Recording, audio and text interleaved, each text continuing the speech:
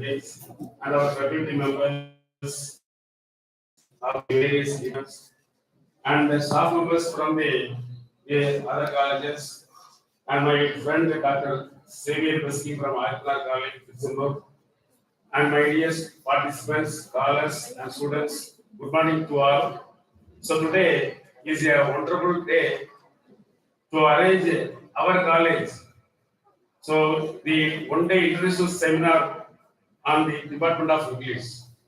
So arranging this seminar is not an easy task for any institutions. So without the financial support, Dr. Tisaiyanvilai Madam, Department of English is wonderful. Arranged the one-day international seminar and also invited the very good resource persons from the women. Yeah, couples we are received here. That is the Varghese Riju Joshua and his wife Dr. R. Subhas R. Sardiri Sara Devasagayam from the content writer. They are from the woman. So yeah, very good resource persons. The Tisaiyanvilai Madam arranged for the today's international seminar, and also another resource person from the Marginalized University College from the that is a Bollingham sir. So he is an associate professor of our MSU University also. He is a very well-known person in the English department and give the elaborate account on the English literature. And also we have a Raghuvan from Entrepreneur, Vijayabari, and also the one of the chief guests, Dhanabal from the Chennai. They are arranging the casting the all the meals, lunch for you, and keep for the great occasion. I thank you for them. And also the Mr. Narayanan from Kumigam is the main source of the inspiration for the gathering all the international seminar. Thank you on behalf of the college. I thank you to all.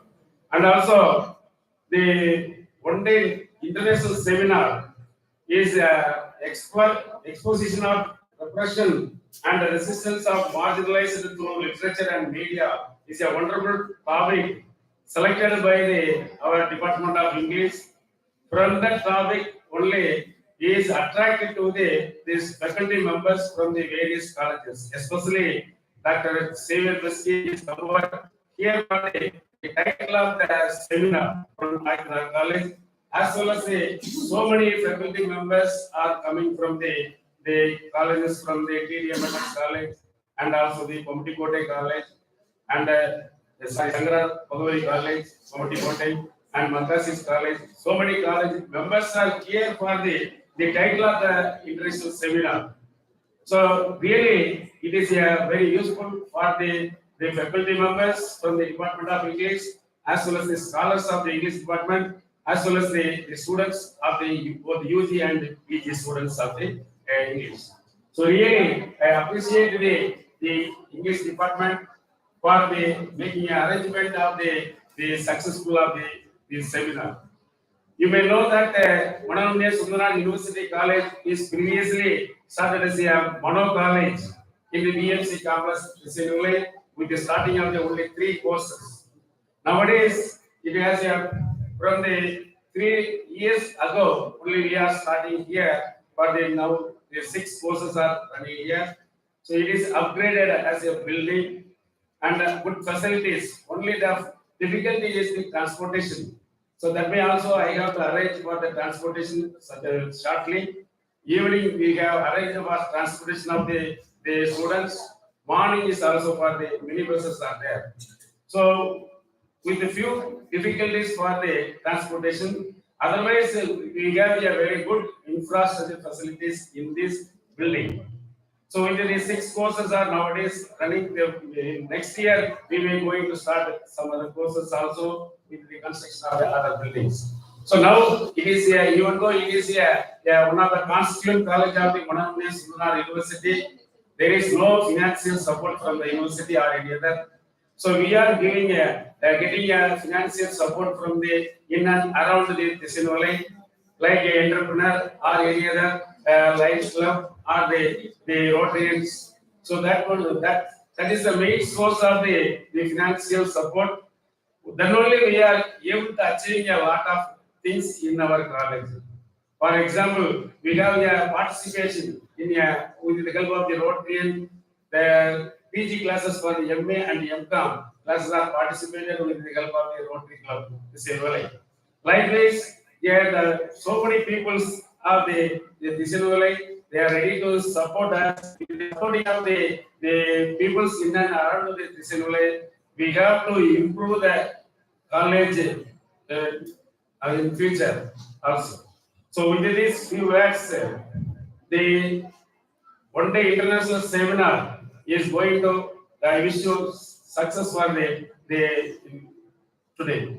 In this, we are Madam is a very good speaker from the Oman country. He is a native of the Kanyakumari district. That is a Varghese Rajesh Johnson and Sandri Sara Devasagayam for you. So they are the very good resource persons and they are mainly working in the University of Technology and Applied Sciences in the Oman. So that is very useful for this international seminar for you. I wish you all success for the international seminar. Thank you. Thank you so much, sir, for your whole soul presentation address. Here we have a wonderful chief guest, Mr. Dhanapal Radhapuram, Union Councillor, who has graced us with his presence on this special occasion. May I request Mr. Dhanapal Radhapuram, Union Councillor, to address the gathering.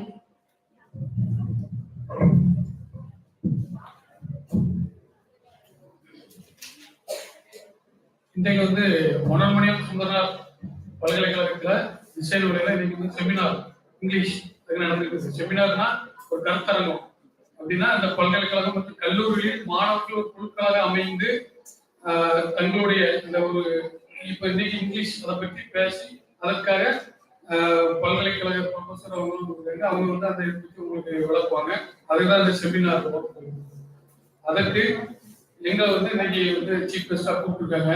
வந்து ராதாபுரம் யூனியன்ல ஒரு மக்கள் பணி செய்யக்கூடிய ஒரு கவுன்சிலரை பதவி வைத்து வருகிறோம். அதுபோன்று எங்களுடன் இங்கே வருகை தந்திருக்கின்ற நண்பர் விஜயாபதி ஏஆர் ரஹ்மான் அவர்கள் இங்க வந்து சமூக சேவராக இப்ப கடந்த வாரம் தான் வந்து மதுரையில ஒரு அவார்டு வாங்கியிருந்தாங்க. உள்ளாட்சி முரசுங்கிற ஒரு பத்திரிகை மூலமாக கடந்த வாரம் சமூக சேவைக்காக ஒரு விருது வாங்கிட்டு வந்தாங்க. அந்த விருது வழங்கும் விழாவில் நம்ம பார்லிமெண்ட் உறுப்பினர் எம்பி திருச்சி சிவா அவர்கள் கலந்து கொண்டு அந்த விருதை வழங்குவாங்க. அந்த அளவுக்கு இந்த ஏரியாவில் வந்து அவங்க மிக சிறப்பாக சமூக சேவை செய்து கொண்டிருக்கிறார்கள். கடந்த ஒரு மாதத்துக்கு முன்னால் ராதாபுரம் ஆஸ்பத்திரியில வந்து ஒரு ஆம்புலன்ஸ் இலவச ஆம்புலன்ஸ் ஒண்ணு எடுத்துருந்தாங்க. 13 லட்சம் ரூபாய்க்கு இலவச ஆம்புலன்ஸ் வந்து மக்கள் வந்து கைப்பாட வேண்டும் அவங்க வந்து அந்த அளவுக்கு ஒரு சமூக சேவை செய்து கொண்டிருக்கிறார்கள். கடந்த ஒரு 20 நாட்களாக நமது ஏரியாவில் குடிநீர் தட்டுப்பாடு ஏற்பட்டது காரணத்தினால கவர்மெண்ட் ஹாஸ்பிட்டலுக்கு டெய்லி 6000 லிட்டர் ஜிஹெச் குடம்புக்கு கொடுத்துருக்காங்க. இன்னைக்கு வந்து கொடுத்தாங்க. அது வந்து பள்ளிக்கூடம் குடங்குளம் இந்த அண்ணால் மேரி அந்த பள்ளிக்கூடத்துக்கும் டெய்லி 2000 லிட்டர் தண்ணி இருக்கு. இந்த மாதிரி இந்த ஏரியா பகுதி மக்கள் எல்லாம் நன்றாக இருக்க வேண்டும் என்ற சமூக சேவை செய்திருந்தேன். அந்த வகையில நமது இந்த மனோன்மணியம் சுந்தரனார் காலேஜில் நீங்க வந்து ஒரு செமினார் வகுப்பு இருக்கு. அதற்காக நீங்க வந்து இந்த பார்ட்டிசிபேட் பண்ணணும் அப்படிங்கிற இதே காலேஜில் படிக்கிற செந்தில்குமார் அவருடைய தகப்பனார் நாராயணன் அவர்கள் முன்னால் வந்து உண்மை கொண்டிருக்கிறாங்க. அவங்களுடைய மூலமாக நமது எங்களுடைய ஊரை சேர்ந்து இங்கே டீச்சர் இந்த ப்ரொஃபஸராக இருக்கிற தமிழ்ச்செல்வி இங்கிலீஷ் டிபார்ட்மெண்ட் அவங்களுடைய எங்களுக்கு அணுகுனாங்க. அவங்க மூலமாக நாங்கள் வந்து ஜியாபதியா ஏஆர் ரஹ்மான் அணுகி அந்த சிறு பங்களிப்பை இங்கே அவர்கள் அளித்திருக்கிறார்கள். அவர்களுக்கு என்னுடைய நன்றியை தெரிவிக்கிறேன். நேற்று கூட அவங்க வந்து ஒரு 20 நாட்களான ஒரு குழந்தைக்கு வந்து ஹார்ட் ஆபரேஷனுக்கு 2 லட்சம் ரூபாய் கொடுத்துருக்காங்க. சிம்ஸ்ல இதெல்லாம் பண்ணியிருக்காங்க. ஒரு சிறு வயதில் மக்களுக்கு பயன்படும் வகையில் அவர்கள் இந்த இதை செய்திருக்காங்க. அதுக்கு அந்த ஆண்டவருக்கு நான் நன்றியை தெரிவித்துக் கொள்கிறேன். அதுபோன்று இந்த இந்த காலேஜ் எப்படி வந்துச்சுன்னு தெரியுமா?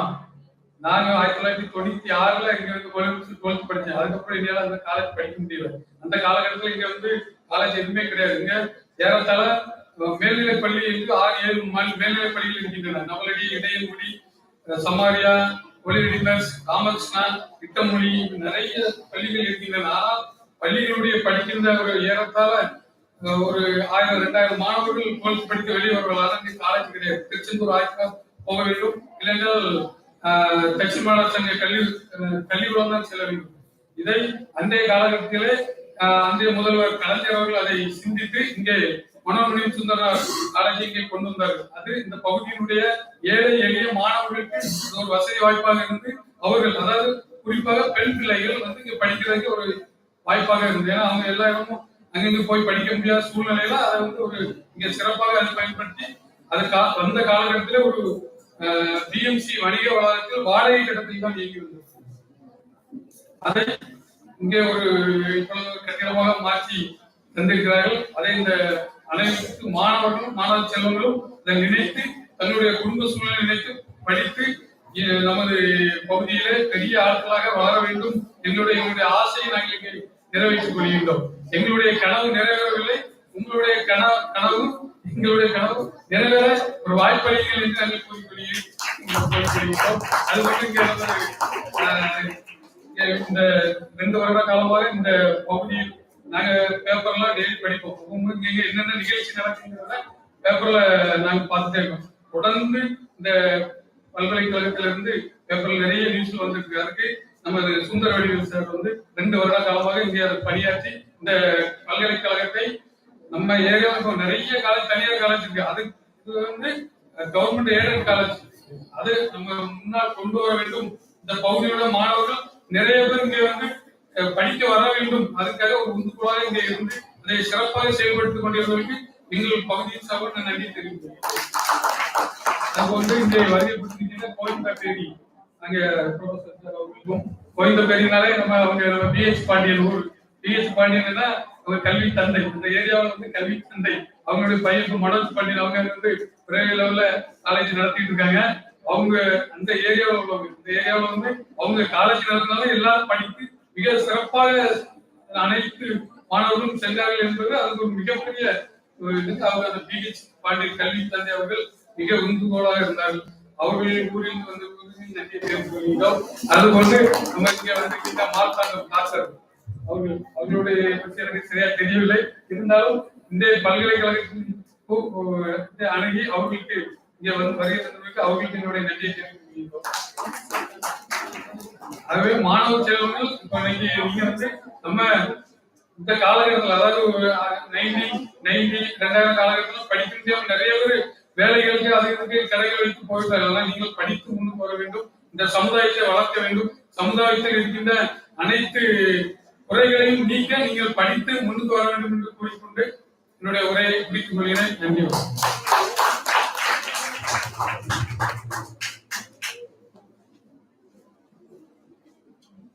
A person who appreciates others will have great heart.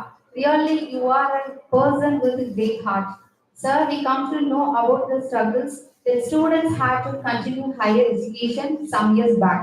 Definitely, your dream will come true. Thank you so much, sir, for your positive feedback about your college. Now, it's time to refresh. Participants are asked to remain in their respective places. Coffee and snacks will be served here.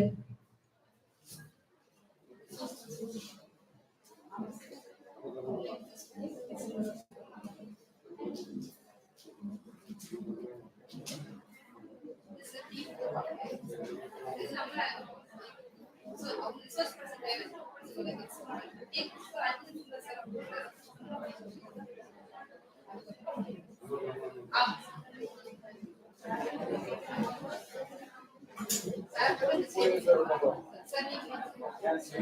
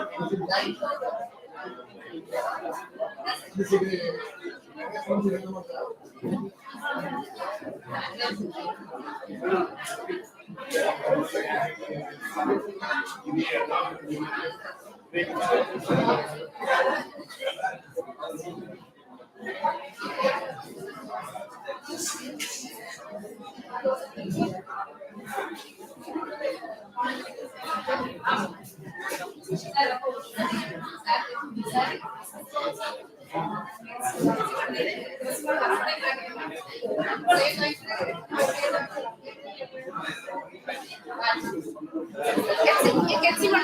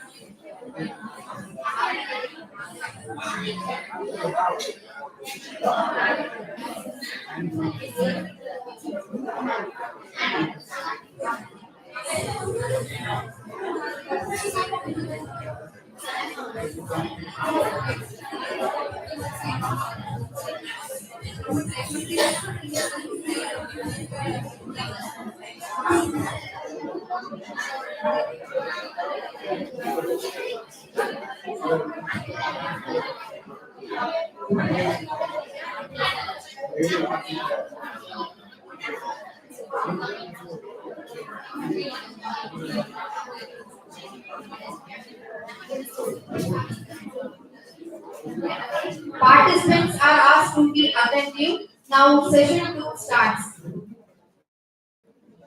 A great professor can change lives with the right mix of chalk and challenges. Yes, it is truly an excellent opportunity for learning under your guidance. Now, I would like to call upon Mrs. Kexi Joy, our professor, to deliver the introductory note about Dr. N. Puvalingam, Principal, Manamani Sudana University College, Govindapally. Please, ma'am.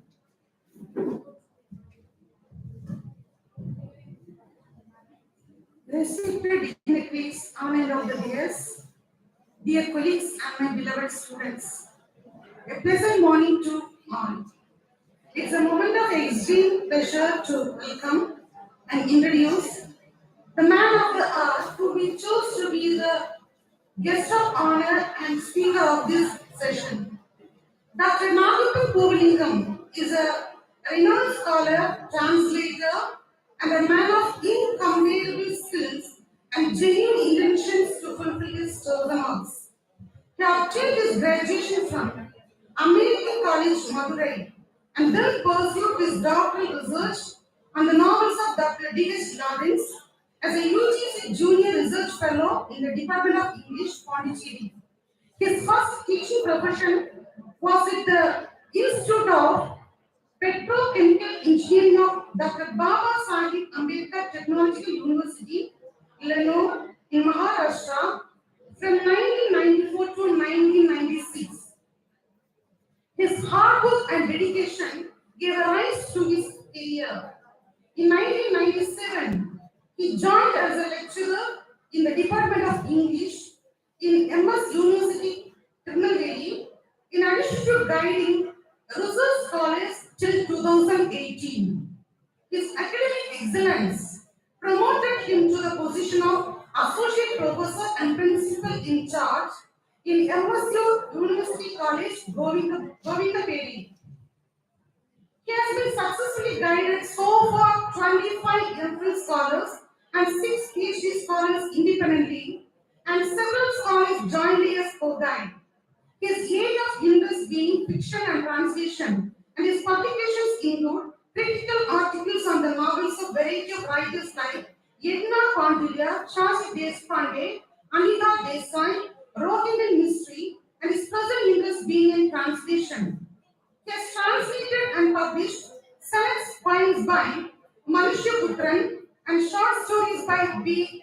J. Mohan and Ambe. He is currently translating a full-length book by Kavi Peravasu Vairamuthu. He has edited a volume of critical articles, literature after globalization for the publications division of MS University, and has been member of the editorial board for the American College Journal of English Language and Literature. He is a member of the International Board of Advisors for the journal Rendezvous by the Department of English, Sahitya College of Advanced Studies, Kodakara, Kerala, and has been the joint editor of the volume of research papers, Gender Justice, Publications Division, Manoniyam Sundaram University, Tirunelveli. He has been a member of the syndicate of MS University, Tirunelveli for 3 years, from 2012 to 2015, and has served in several subcommittees in that capacity. Dear sir, we are privileged to have here as a leading light amidst us. We are confident that you will give us a thought-provoking and stimulating lecture. Let's just not delay, and we welcome to the lectern to give your address. Thank you.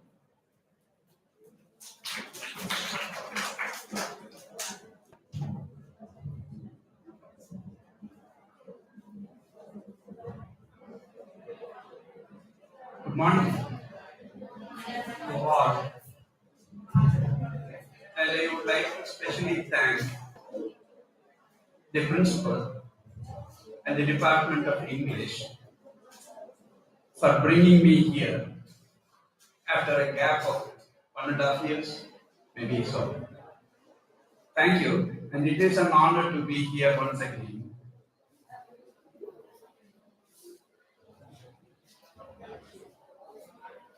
And I have always felt it is a very daunting kind of affair to present a paper before students and scholars and colleagues.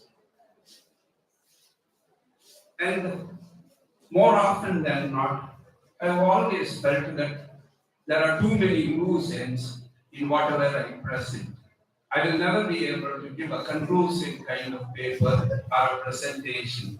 This has always been a dogging thing in my mind, and this particular session today is not very different for me.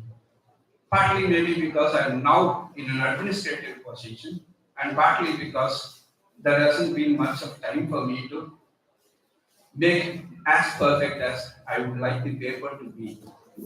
Anyway, here is this paper today. My paper is on Jayamohan's novel, maybe we can call it a short novel, Noor Natkaligal. There is a Tamil short novel by Jayamohan, Noor Natkaligal. And my paper is focusing upon marginalization of the protagonist of this novel. I will be reading the paper, and maybe if there are any clarifications, if there are any questions, at the end of the reading, I would welcome that and I would be able to talk further on that. One of the most prominent and widely read among contemporary Tamil novelists, Jayamohan is incredibly prolific and highly appreciated. He is one of the few great writers who seem to successfully defy the popular truism. Every great writer has only one story to tell. Of the Tamil novelists, contemporary or otherwise, few would match him in handling a vast variety of subjects and forms. His narratives often seem to combine a mystical and layered density with a down-to-earth and inalienable humanism. This paper will focus upon the protagonist of Jayamohan's Nuru Natkaligal, which has been translated by one Priyambada in this collection as 100 armchairs. 100 armchairs.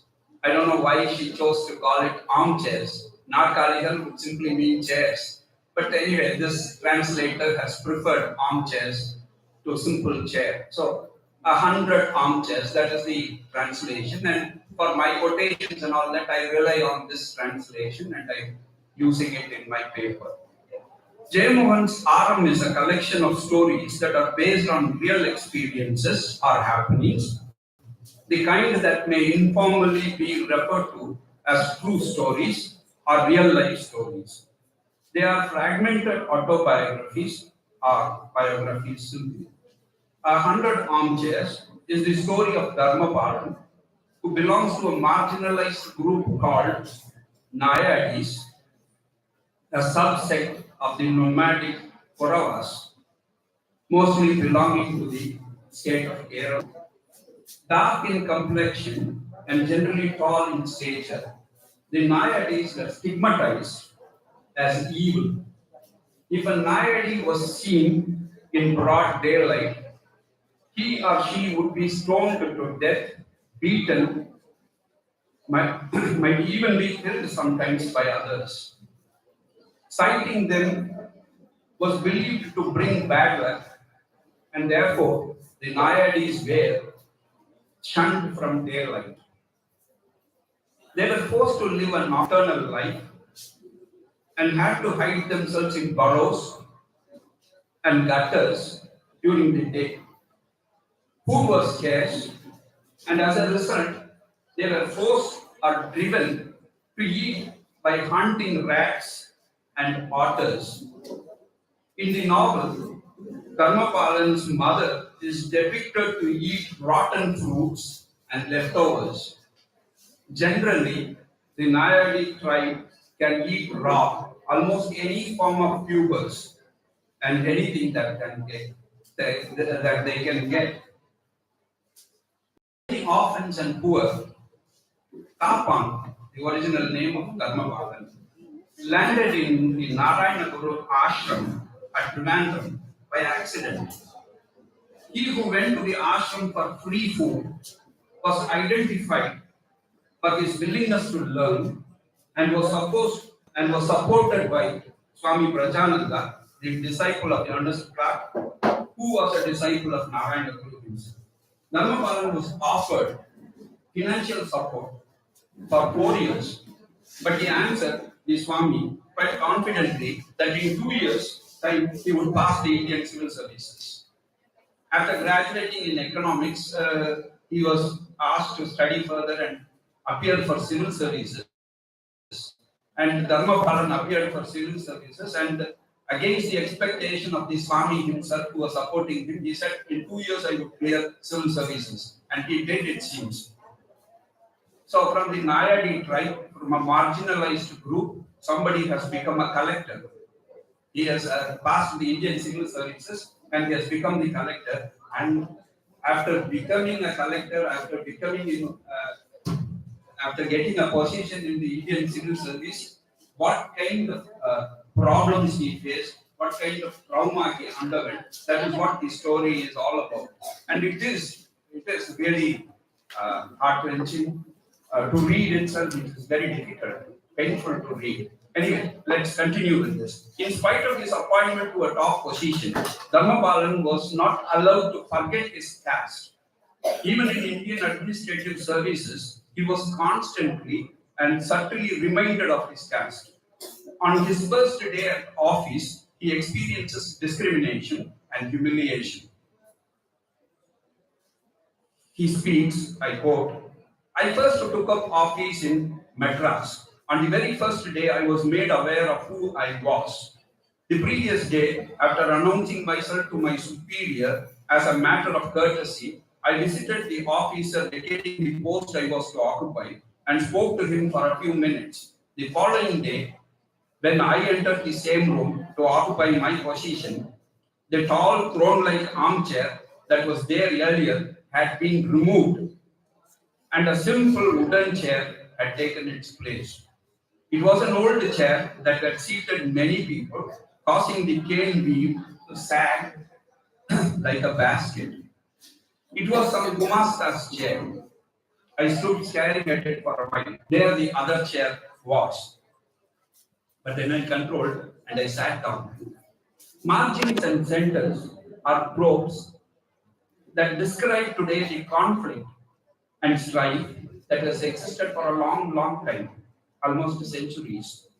In spite of the historical evidence of exceptional achievement and celebratory feats of performance by people from the margins, society refuses to acknowledge them, acknowledge the fact that their struggle against all odds as the underprivileged was exceptional, and that their achievement is therefore greater than that of the socially privileged. Dharmapalan was sent by the Narayanaguru ashram to Aluva and then to Palakkad for his schooling. As the only surviving child, the mother could not bear to be separated from him and was desperately searching for him. So during his school days in college, what he underwent. His mother had borne many children. Dharmapalan's mother, the Nayadi woman, she had brought out so many kids, but none of them survived. But most of them had died. Even the big sister, whose hand I had once held and roamed the streets with, lay dead on the veranda of a shop one day, having succumbed to the heavy rains that lashed out in the Aadi month. So Amma did not have the heart to let me go, because Dharmapalan was the only child, only surviving son.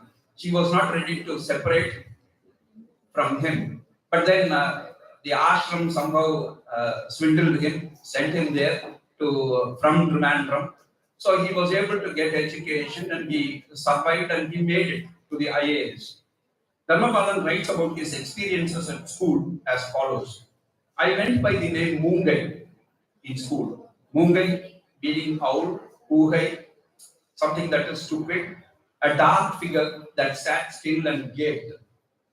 Even at the hostel, I was alone. For I was the only Nayadi in the hostel meant for students from tribal communities. Even in a tribal community's hostel, he was singled out. But there was nobody to share the room with him. They all avoided him. There was no one to share a room with me. I was the only student who was denied access to the toilets. I would get up at dawn and go near the railway track. Go, you mean toilet. He was seeking the open toilet. He was going several yards away to a railway track or somewhere, and he will go do toilet and come back. He is not permitted to use the toilet within the building in the hostel. I would head to the barren land nearby. Anyone who spoke to me would slip into a commanding tone as though it were the most natural thing to do. At the time of his civil service interview, Dharmapalan challenges the panelists by questioning the meaning of equality and justice. Fundamental humanitarian values should be the foremost criterion in arriving and evolving justice. Dharmapalan was provoked and he answers accordingly. The subtle suggestion in the question was that someone like him would naturally take the side of his own community at critical moments. The suggestion of distrust in the question provokes Dharmapalan, and though he knew what he was expected to answer, he deliberately gives the opposite reply. The interview goes as follows. An incident that one of the panelists poses this question. Suppose an incident happens, an incident that takes place in your jurisdiction. You are a civil service servant, you are a collector, in your jurisdiction, an incident happens. How would you tackle that, or how would you resolve it? An incident that takes place in your jurisdiction as an officer requires you to pronounce judgment. There is justice on one side, and on the other are people of your community, your caste. What will your decision be? Because there are people of your caste, your community, will you take their side, or you will be standing by the side of justice? That is a very provocative kind of question. Because that question itself presumes that this person, because he belongs to the lower caste, immediately he will join this community. Equality is the grandest and holiest of all values. Equality. That is the greatest. If you place a nayadi on one end and any other human based on the dharma of equality, the nayadi will indeed be the one who has suffered grave injustice. The question itself is biased. The question itself is posed because he happens to be a nayadi. Otherwise, such a question would never arise. So there is an element of distrust among the panelists, it seems. So that is what is provoking Dharmapalan, and he answers. What if it is murder he is committed? I could not stop myself from saying that line there. Sir, even if it be murder, it is the nayadi who is the victim. And the panelists were all quiet. They were shocked and stunned by that. Because that is exactly what they wanted. Emotional kind of anger. In spite of that, the panelists, most of them had given him high scores. Want to project an image that they are progressive. To penalize you, then I know better than you. So I have to project myself as progressive, forward, and all that. And that was what was blocking them. And so they all, perhaps even against their wish, they had given high marks to Dharmapalan. So in the interview, he shines very well and he gets civil service.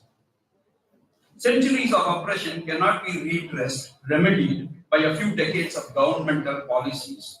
Caste-based reservation has done little to remove the social stigma endured by Dharmapalan. Over and above his hard work and merit stays the caste identity, a nayadi collector. Though it is unspoken, nobody mentions it like that, you are a nayadi collector, nobody says that, but he feels it every day. Wherever he goes, he is able to see people behind his back snickering, making gestures, kind of thing that dogs him throughout his career in a sense. Look at that. Though it is unspoken, he feels communal identity. While people in power or superior positions instigate, at least in such communal partiality and discrimination as reported in the denial of a decent chair to a civil servant, what can be waiting? What can be waiting? But if this can happen. Previously, somebody was in this chair. I come as a principal, or I come as a collector, or whatever it is. The previous collector, whatever chair he was using, that chair was not allowed to use. Deliberately, they take away that chair and they give away. It happens in subtle ways, and it is social. You cannot go to court, or you can. I mean by the social kind of stigma.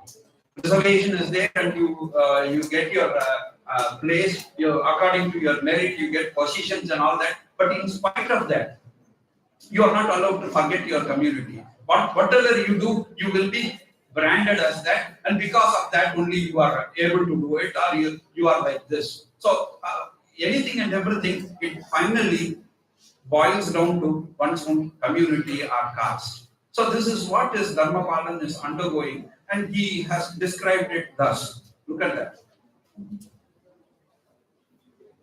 The story discloses how segregation is nurtured or perpetuated even in governmental offices that are supposed to be the epitome, is located in the margins of the city, maintained and manned discriminatory. Kadudai Sandai was once a market. Government hospital itself seems a bit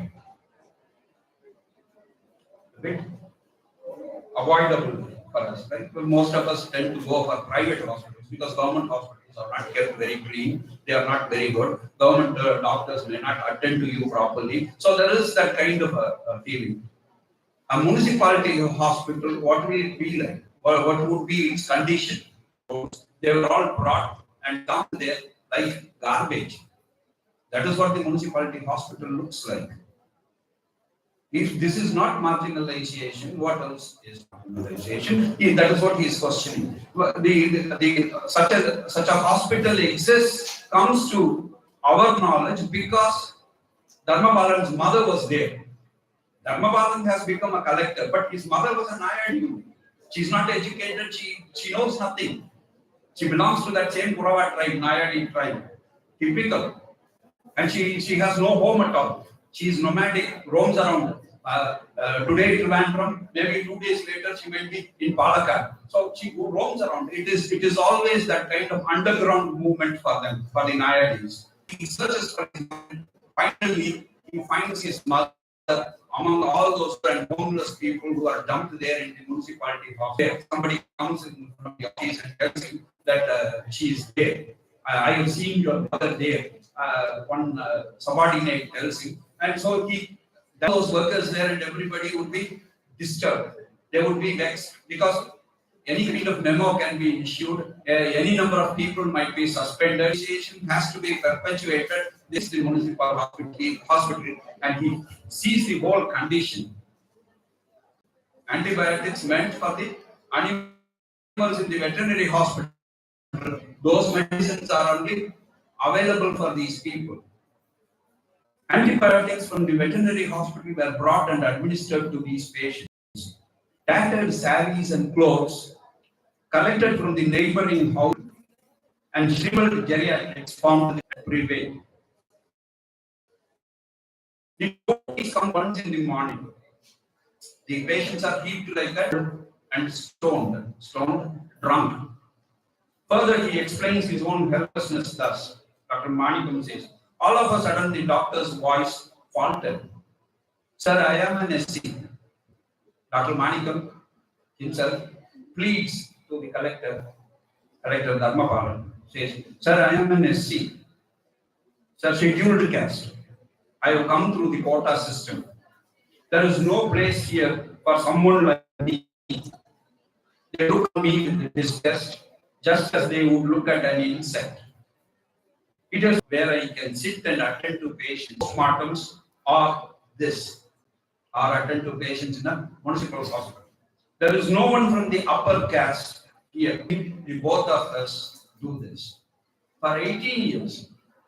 So because it is that kind of place, only scheduled class doctors are assigned the duty. So very indirectly, this is what is being presented. No upper caste people, no OBCs or anybody would be appointed there. I am an SC, so I have to attend to this. And I've been made to attend to this for the past 18 years. In spite of my experience, I'm not given any hospital. But what about the medicines? So you will have to rely on animal medicines. Open a clinic of my own. The upper caste don't come to me. Even the well-off from my own caste don't come to me.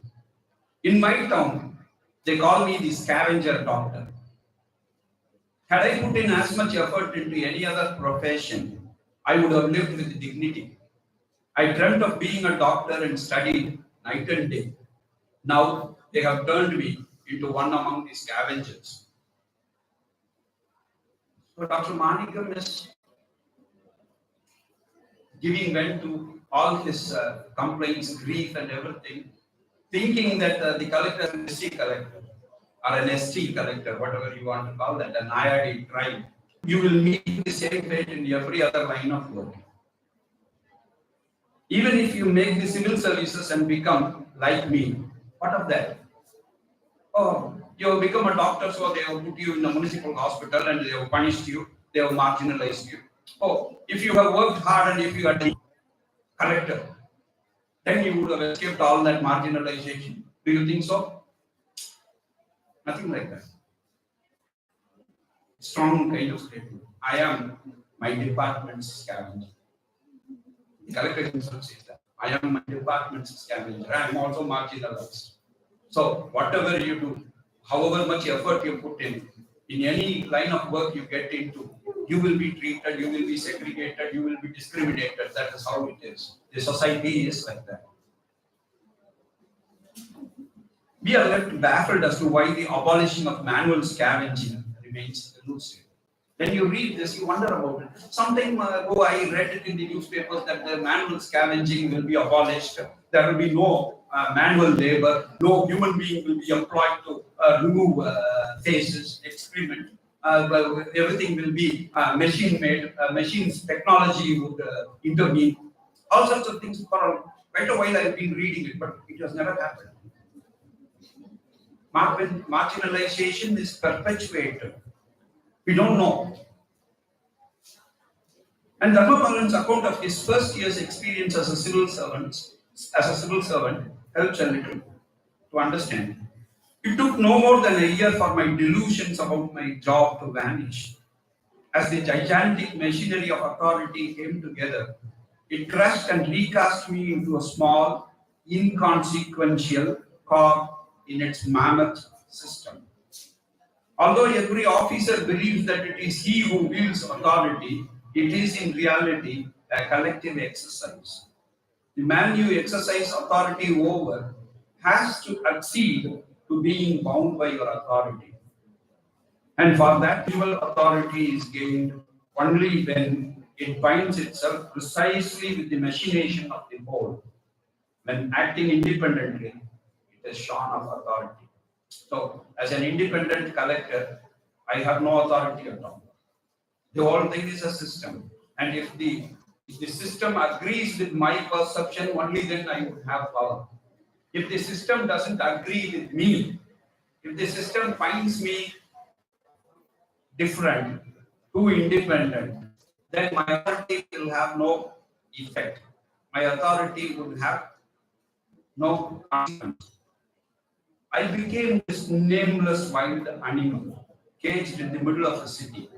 When I mounted an incensed protest, it was forgiven as an innate lack of civility. When I back, it was dismissed as unrestrained greed. If acknowledging my position, I remained silent, it was explained away as the impotence that represented my kind and was approached with sympathy. Every moment and gashed my flesh was made out of a heavenly gallery. I have supported me and made me a collector. Dharmapalan tries to keep his mother with him and atone for all his absence.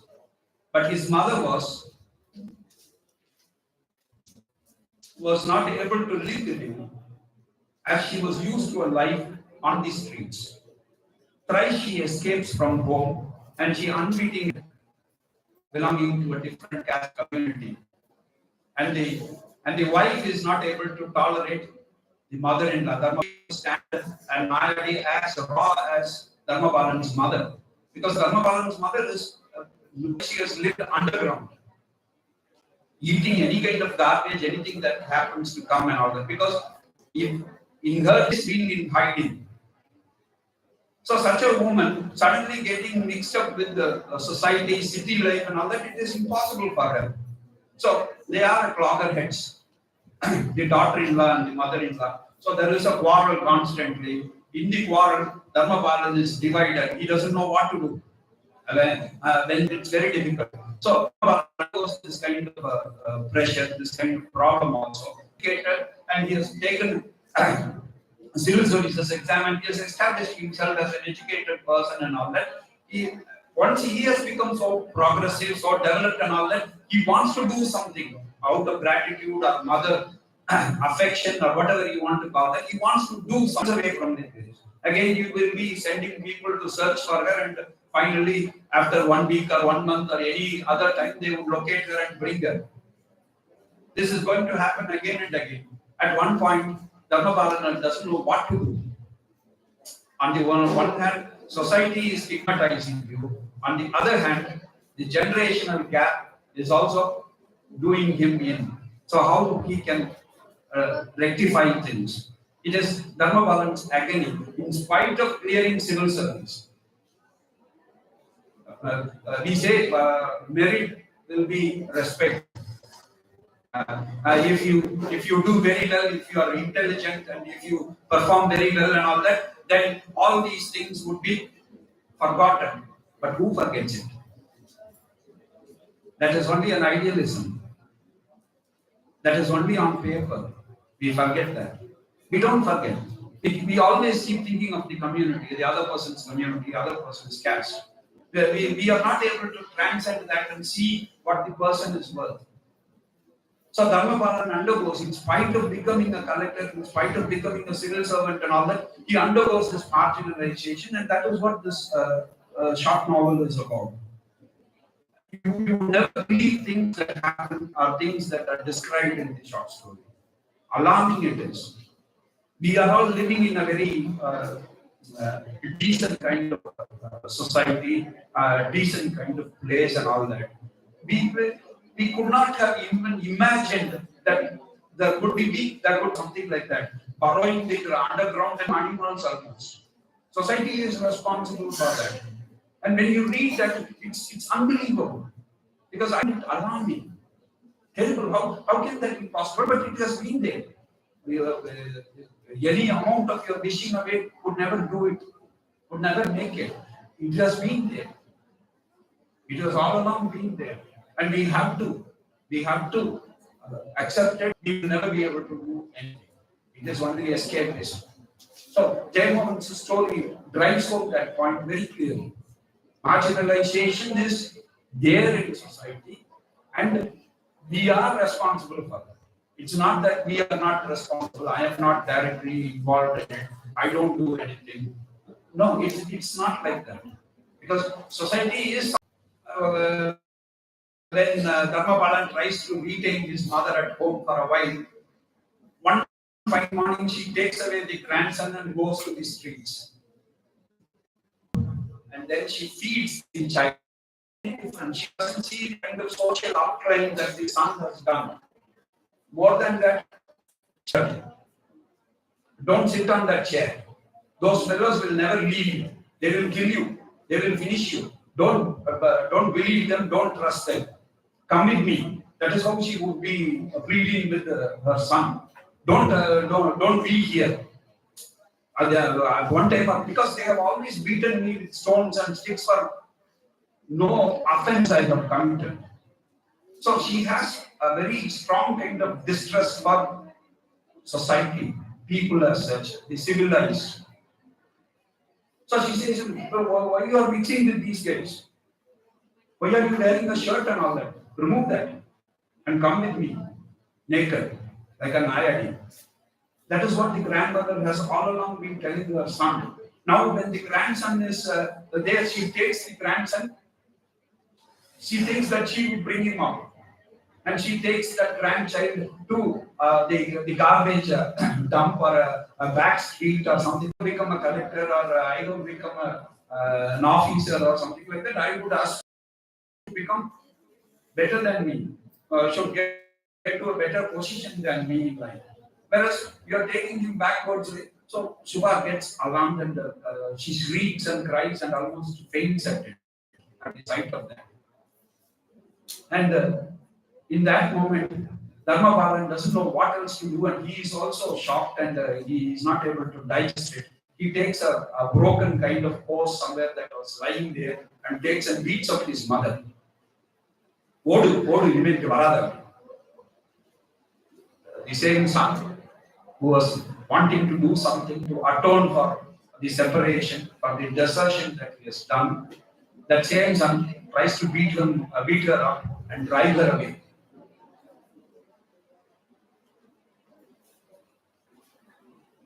It was Dharmapalan is inwardly in his depth of hearts. He's terribly grateful to Narayana Gurukul, the ashram that brought him up, supported him, made him a civil servant, and all that.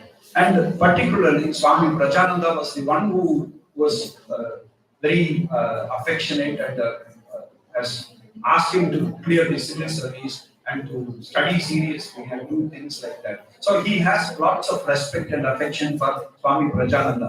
And Swami Prajananda was the one who told him before his death, remember your mother, do something for her.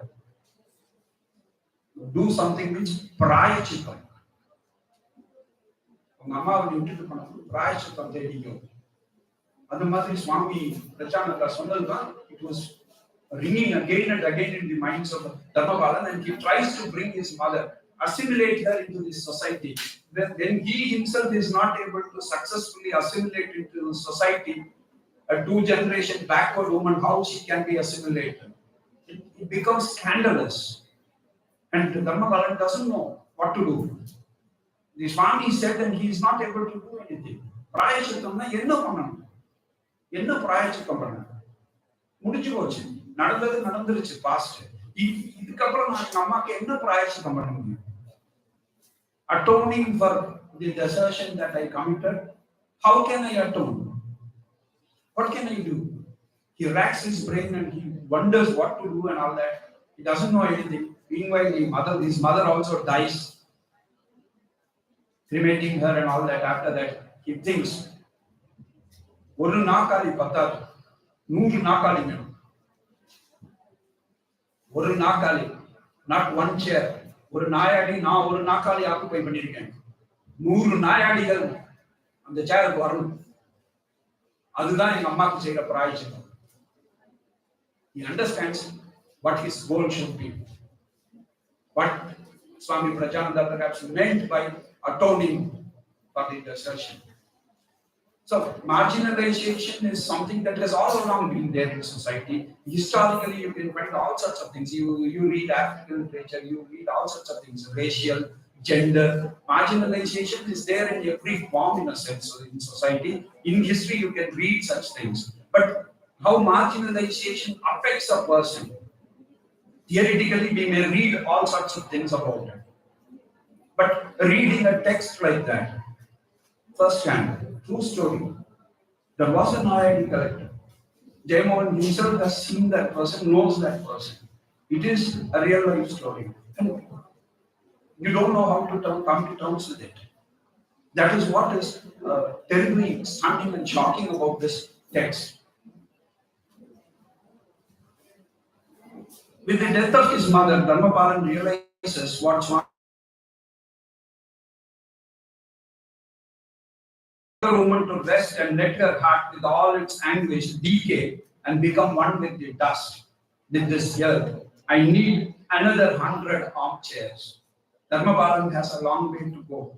He must proceed patiently and untiringly in his pursuit to find many more like him entering the civil services.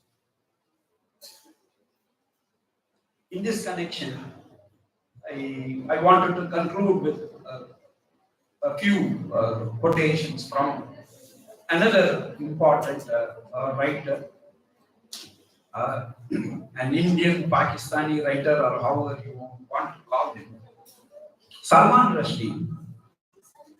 In his essay, "Is Nothing Sacred?" He has an essay by that title, "Is Nothing Sacred?" Is there anything as sacred? That is what he is asking in that essay.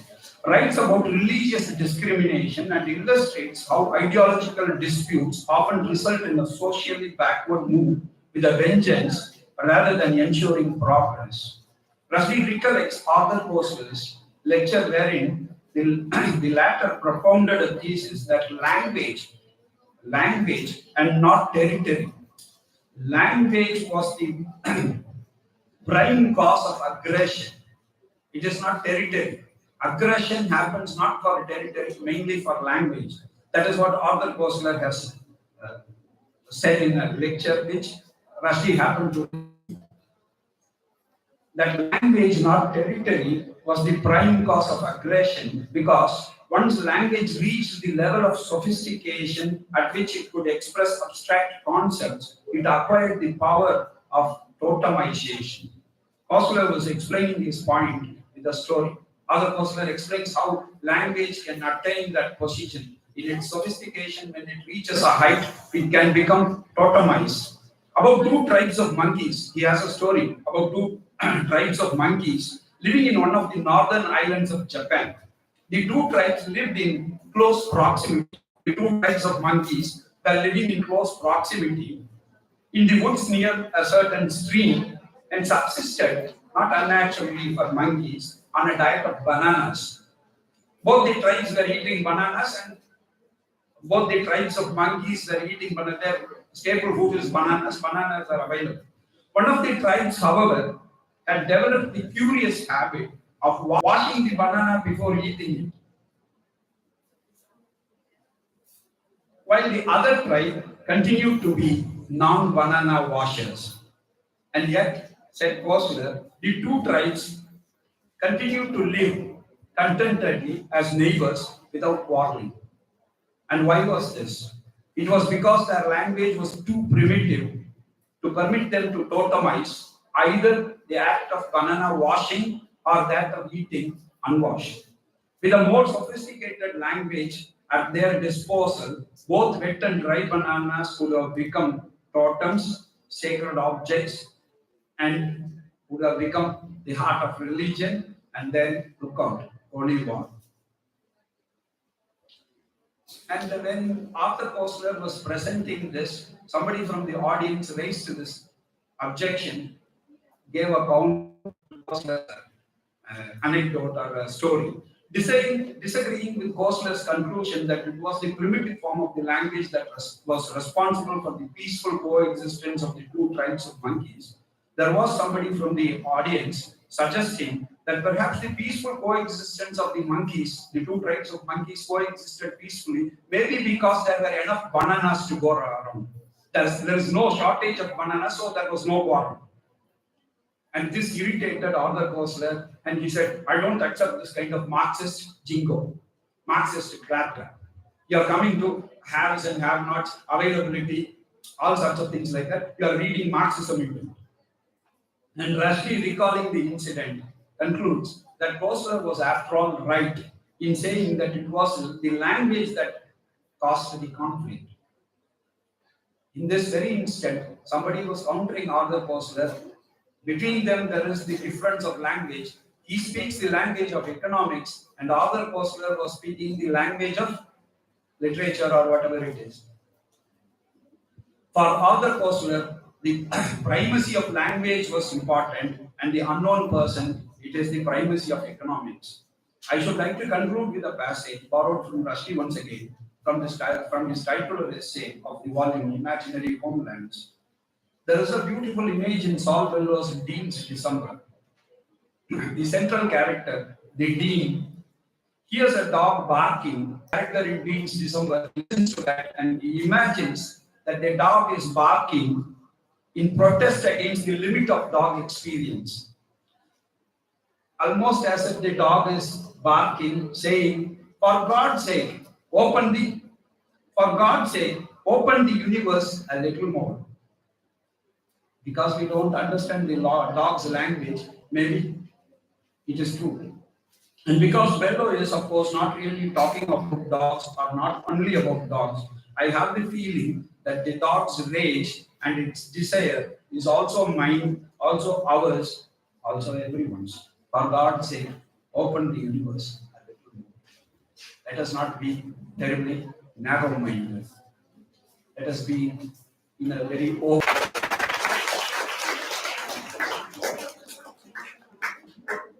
Sir, your session was really awesome. You beautifully brought out the pathetic condition of marginalized. Through the single book, 100 on Chair, you bring forth the municipal hospital incident where the best example to feel the marginalization in the society. You made us empathize the situation of lower caste.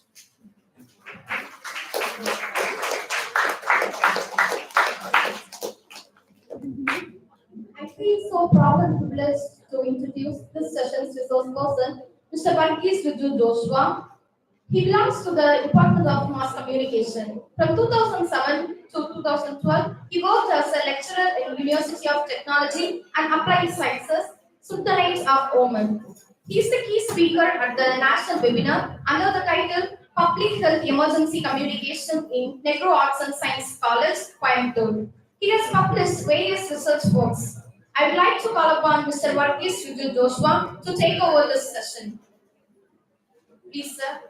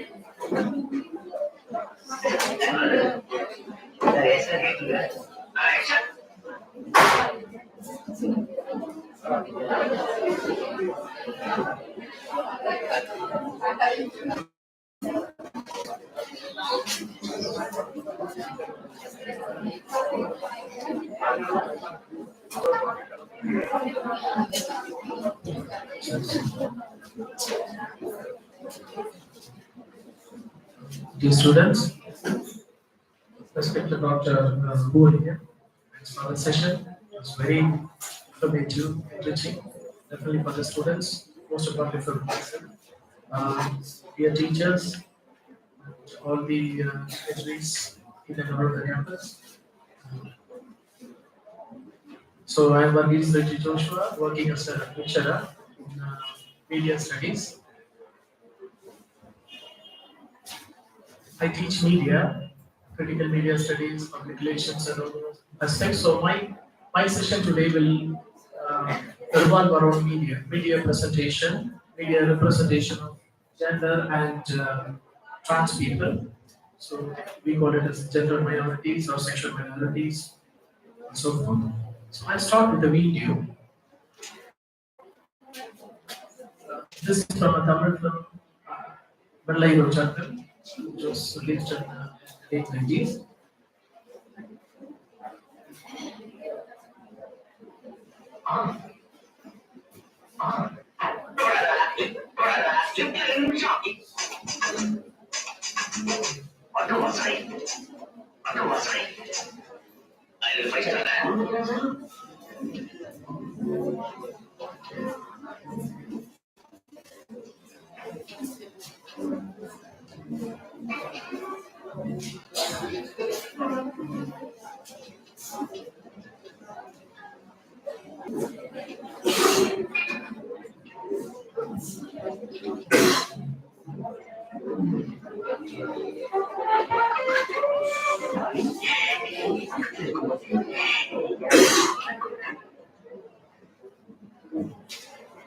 At this point, the five characters, the male characters, are happy because they realize that the person who is sitting beside them is most likely a female, obviously a female, their interest, and it's an experience of pleasure. You can see that. So, and then the scenes, the the context will change.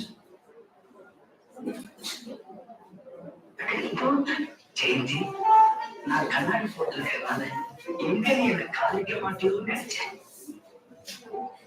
ஓ உனக்கு protein ரொம்ப பிடிக்கும், எனக்கு நல்லா தெரியும். இந்த சாப்பிடு.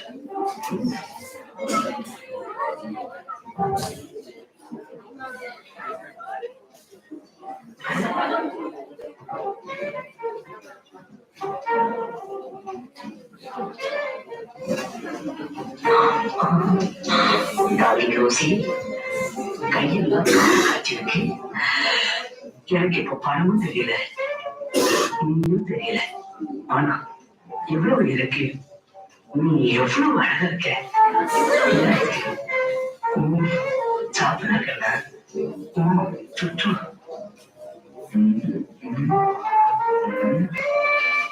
என்ன ஒட்டிக்கு மேல சுரசுரப்பா இருக்கு. ரோசி, நீ சின்ன குழந்தையா இருக்கப்போ தாரோட்ட தவந்தியா மோசம் பார்க்க போறது உங்க அக்கா நினைச்சிருக்காங்க. பாருங்க எங்க அக்கா ஒரு நடிகைய.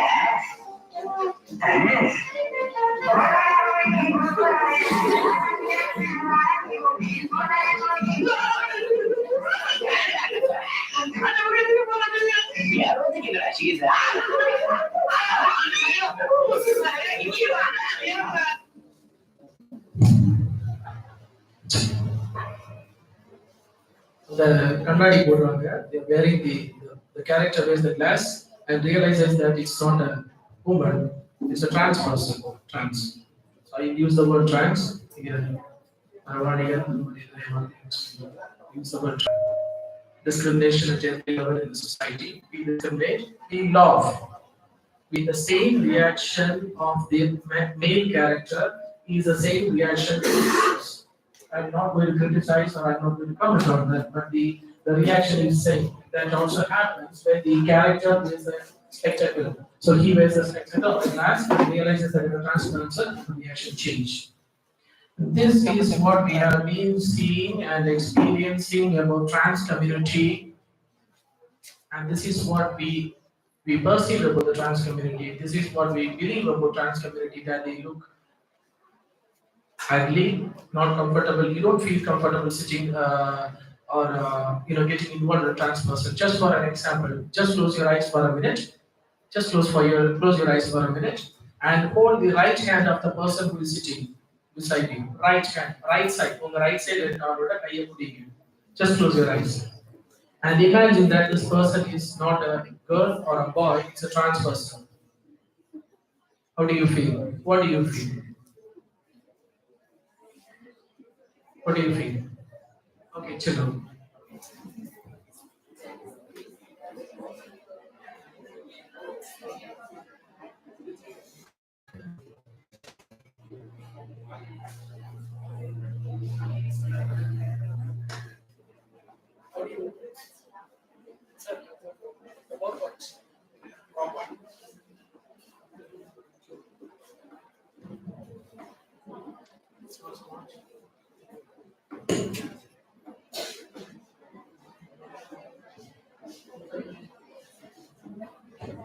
Okay, because of time, I will not take much time. I'll make it short. So I'm going to talk.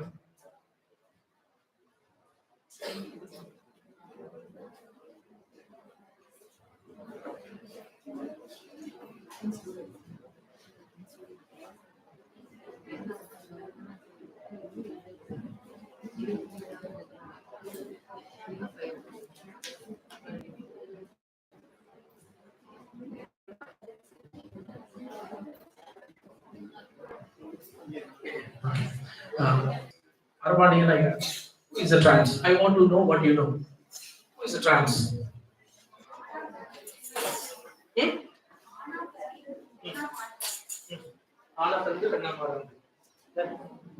Any other answer? Who is a trans? Who is a trans? It's not necessary that we have to know. I'll tell you, the problem is you are in the college, you have studied in school for at least 12 years, maybe you are PKG, LKG, 12 plus 2 years, and now in your college. All these years, maybe nowhere in the curriculum you might have heard this word trans or transgender. Less likely. I don't know if they are likely to they have introduced that concept in school level. I'm not familiar. As much as I have done my research, it is not included. In your basic curriculum itself, the whole community is marginalized. We do not learn about them. We learn about binary. 1, 0 and 1. On, print. Rich, poor. Educated, literate, illiterate, and so forth. And then we don't look at the alternatives. Our system don't teach us, and we do not include in our discourse. Our popular culture also, like popular culture, popular media also do not talk about these trans community. So first of all, I thought I would just basically talk about who is a trans, just introduce the science of trans, and then I will talk about media representation.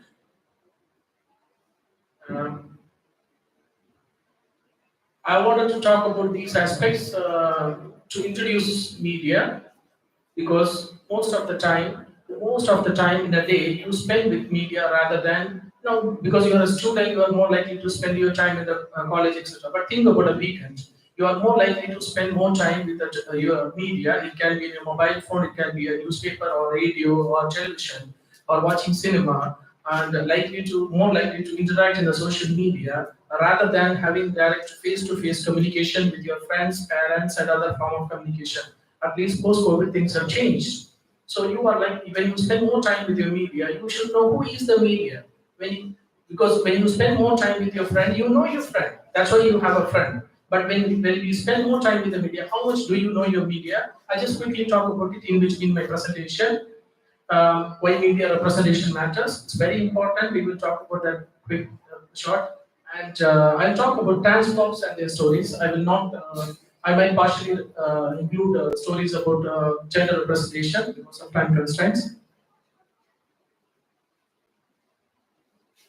It's an informative collage about trans. Trans, what she said is partially there. Trans.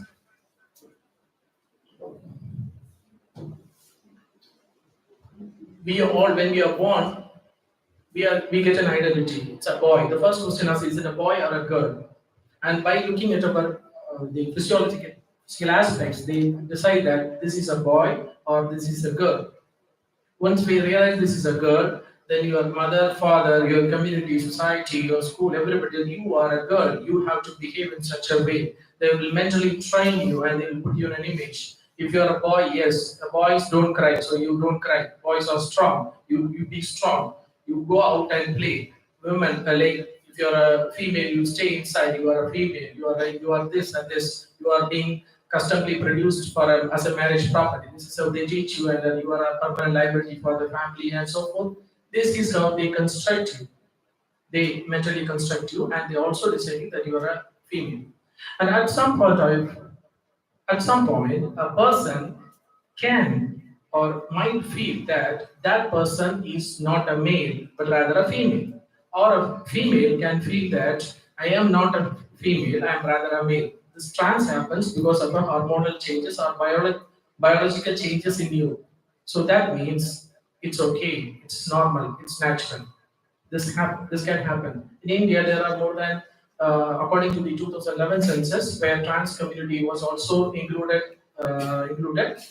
There were more than 2 lakh trans people in India, but the number is like according to activists, the number increases. They say there can be 6 lakh or even up to 8 lakh, or the number is still varying because we don't have the standard data beyond 2011. So trans community was saying that you have a gender identity. This gender identity is different from the gender they were thought to be when you are born. That means when you are born, you say you are a male or you are a female. At some point of a time, you might realize because of certain changes that you are not this, I am other. And then this happens a trans, and then you become a trans person.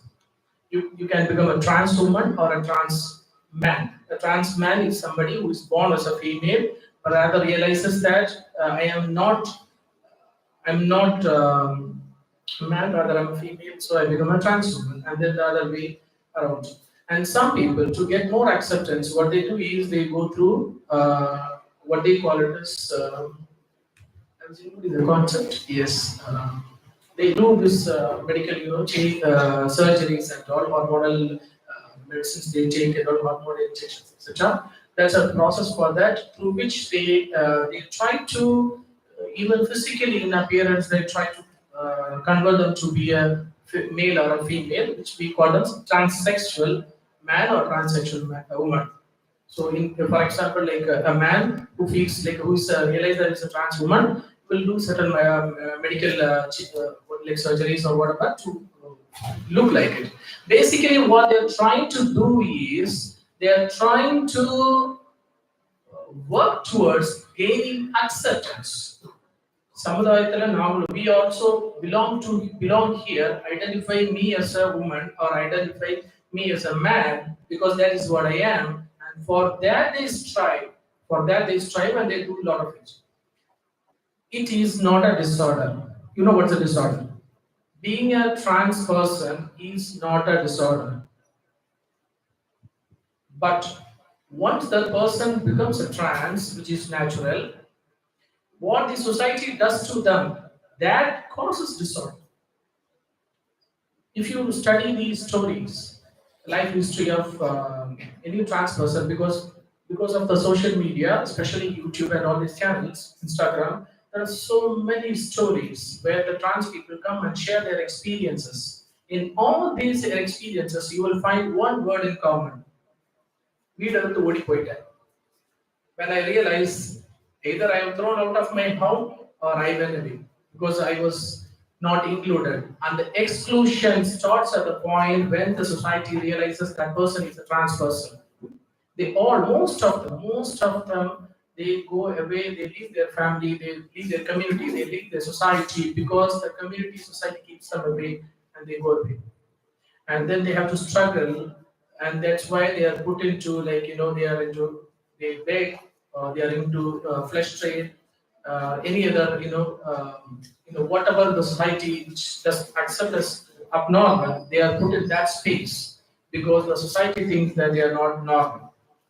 So disorder happens because how we marginalize them,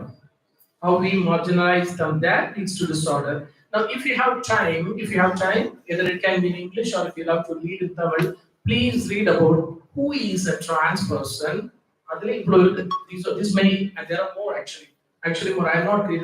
I couldn't include all those categories like intersex, gender non-conforming, non-binary. There are so many categories within this. Cross-dressing in films actually. Whether it is Rajinikanth or Kamal Hassan or Satyaraj or all characters, they all dress as female. And we all know as audience, this is not a female, this is a male. But you also accept them as a female in those contexts. For example, Vaishali, everybody know it is a male, dressed as female, but we accept their feminine aspects of it, the characters. And the characters, even the characters, Meena or all those characters, they pretend as if they don't identify. If you watch that movie where Satyaraj dresses old lady, and the characters, everybody know, even by the first look, we understand that it's not a male, that is a male, dressed as a female as a cross dress, but the characters will not identify. But if it's a trans person who is dressed as a male or a female, everybody will identify and everybody will poke fun at them. And the acceptance varies at that. Okay, coming to that. That's cross-dressing. There is gender fluid. Gender fluid is the stage when you are feeling that you are neither here, there.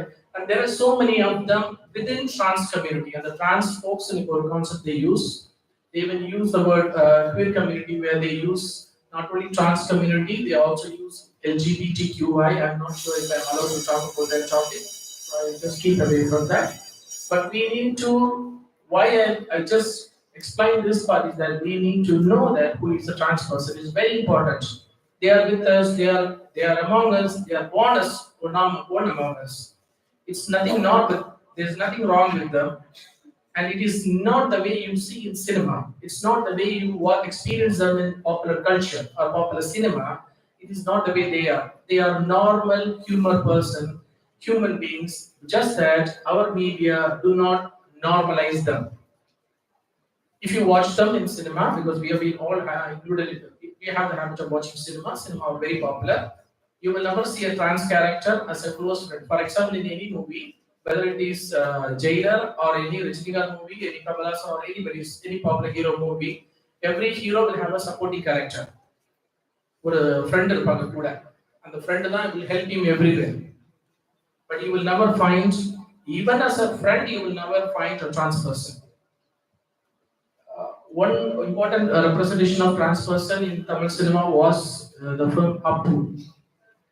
Hope you remember the movie, Vasan movie, where you will introduce there will be a scene where Devyani, the heroine, her uncle will take her to a place and she will sit there and she will hear some sound and she will just turn like that, and then the scene, I have the video but unfortunately because of I'm not playing it, the scene it will show the lips of the person and slowly the camera will come out.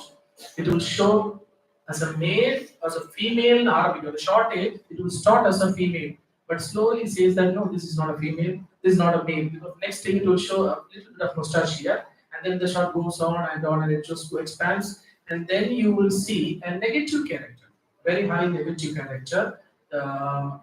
Prakash Raj playing the character of a villain, a trans person. So most of the films, popular culture, you will see one prominent role given for trans person is with very high negative shades. Who is even ready to kill somebody. You will see the same role repeated in many other films. Films like Tirupachi, films like Dhanush, I think Thirudathiridi. There are many other films actually, even up to very recent many films where they include trans person as a role where they are used to poke fun, to create some laughter.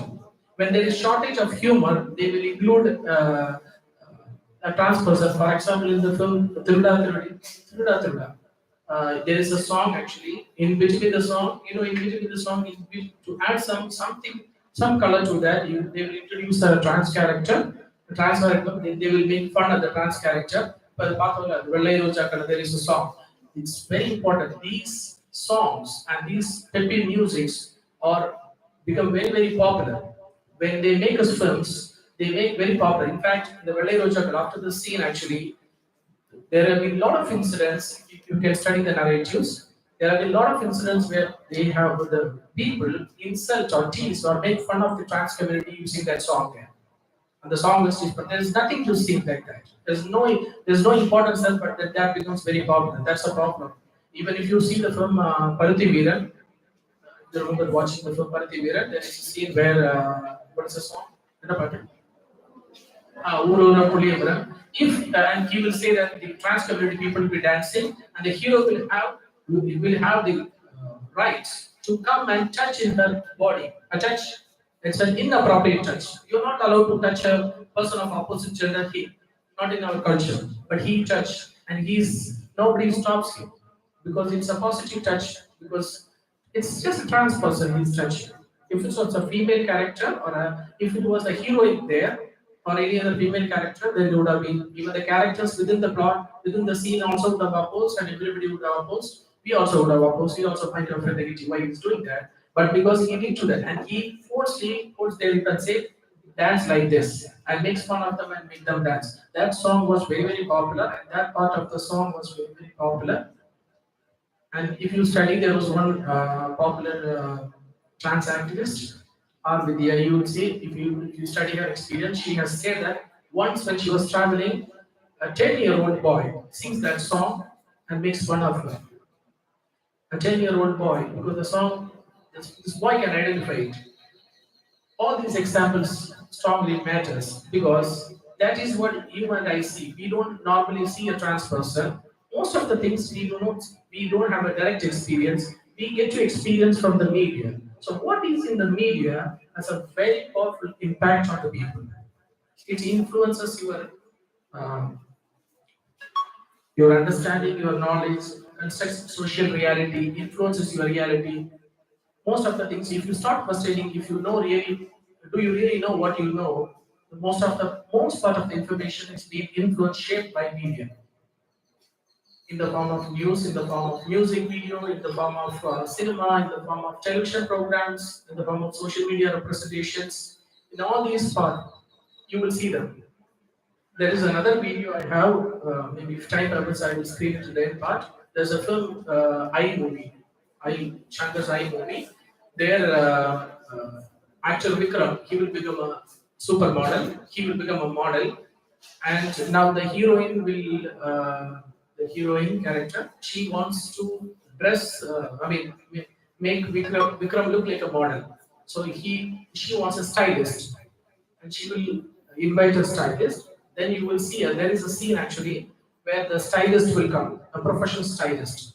And the door will open, the stylist will come out of the car, and the camera will start from the deck, and it will move on, like it will give a what you say, like a sex appeal to the character. It comes at this level, and it shows it's a trans character. It's a trans character who is a stylist. When she comes, actually it was played by an actual trans person. The next shot is that shot now the camera cuts and opens. Next shot, Vikram and the character Santana, they will look at each other and they will give an expression which you might also give the same expression when you are watching in the cinema hall. Oh, it's not a girl, it's a trans person. There are different expressions you might give. That is what they will give. What is contrasting is that we are introduced to a independent woman, professionally successful person, an achiever. This is what we want to be, right? In our life, what we want to be is that we want to be an achiever. We want to be independent, self-sufficient, professional, recognized. That is what that character is. But the male or the camera or the audience look at that character in such a way of ridicule. Because that is a trans. That character is a trans character. If that character has been a positive, a binary character, a male or a female, we would have wondered if it was a Samantha or Nayanthara or Vijay, somebody who's coming as the character, everybody would have looked at his appreciation, positive appreciation, lags in cinema, and this strongly influences. That is how we have been seeing cinema has been representing trans community. So the problem with this representation is that it has been, and when it reinforces such negative, it actually is not representing or like underrepresenting or negatively representing or representing away from the reality, and it reinforces the wrong opinion, and that means such representations keep them marginalized. The media, popular media keeps them marginalized. The more number of inclusions, we get more positive. Imagine that in Jailer movie, one of the important character was a trans character. I'm just asking it, like, in case it would have changed certain opinions and some more consistent representations, your opinion towards trans community would change. That's what we learned. But of late, there means like a lot of positive representations also. I'll not be very critical. If you watch the films like Parenthood, have you seen this film Parenthood? Which shows the story of a father and a daughter. Parenthood, Mammootty, Ram's movie. In the father struggles to connect with the daughter, and the struggle father doesn't know, and at some point the father and daughter go to commit suicide because they've been cheated or they've been for various reasons within the plot. And at that point, there comes a trans character who comes and takes them and encourages them to overcome the struggle, and then they get back to normal or get back to a happy state at the end of the film. That is one of the few or like only film where you see a male character, Mammootty, marrying a trans person, which is normal. This normality is what this normal thing is what we don't see in popular cinema, and they marry and according to the story they make love, which is normal.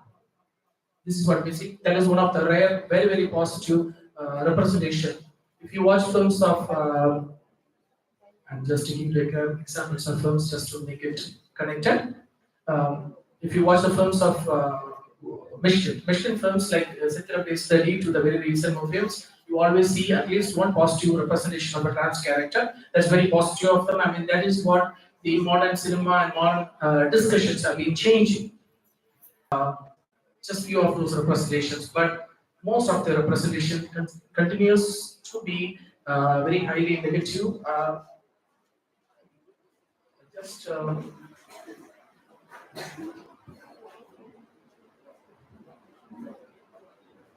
this is what I've been talking about, but just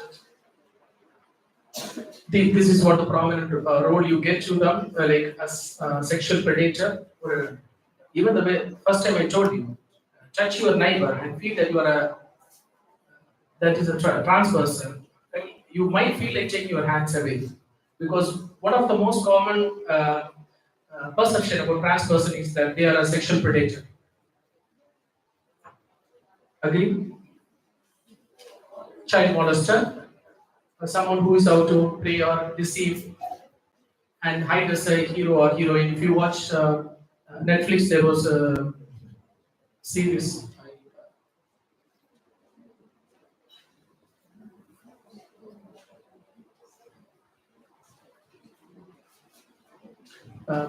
In Netflix, there was a series where actor Jairam's son, who have acted as a trans character. You remember seeing the series? You have watching. It was in Netflix. Okay. Name? Somebody can tell me the name. Huh? Okay.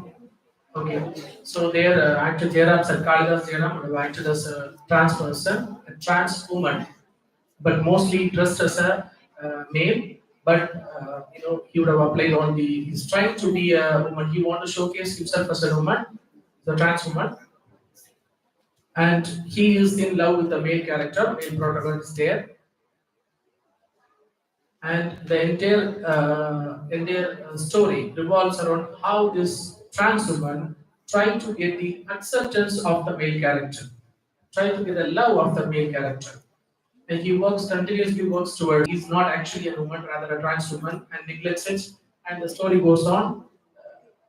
In between, this Kaldas Jairam character, the trans woman will be trying to save as much as money to undergo the medical change to be a proper woman, and hence gain the acceptance of the male.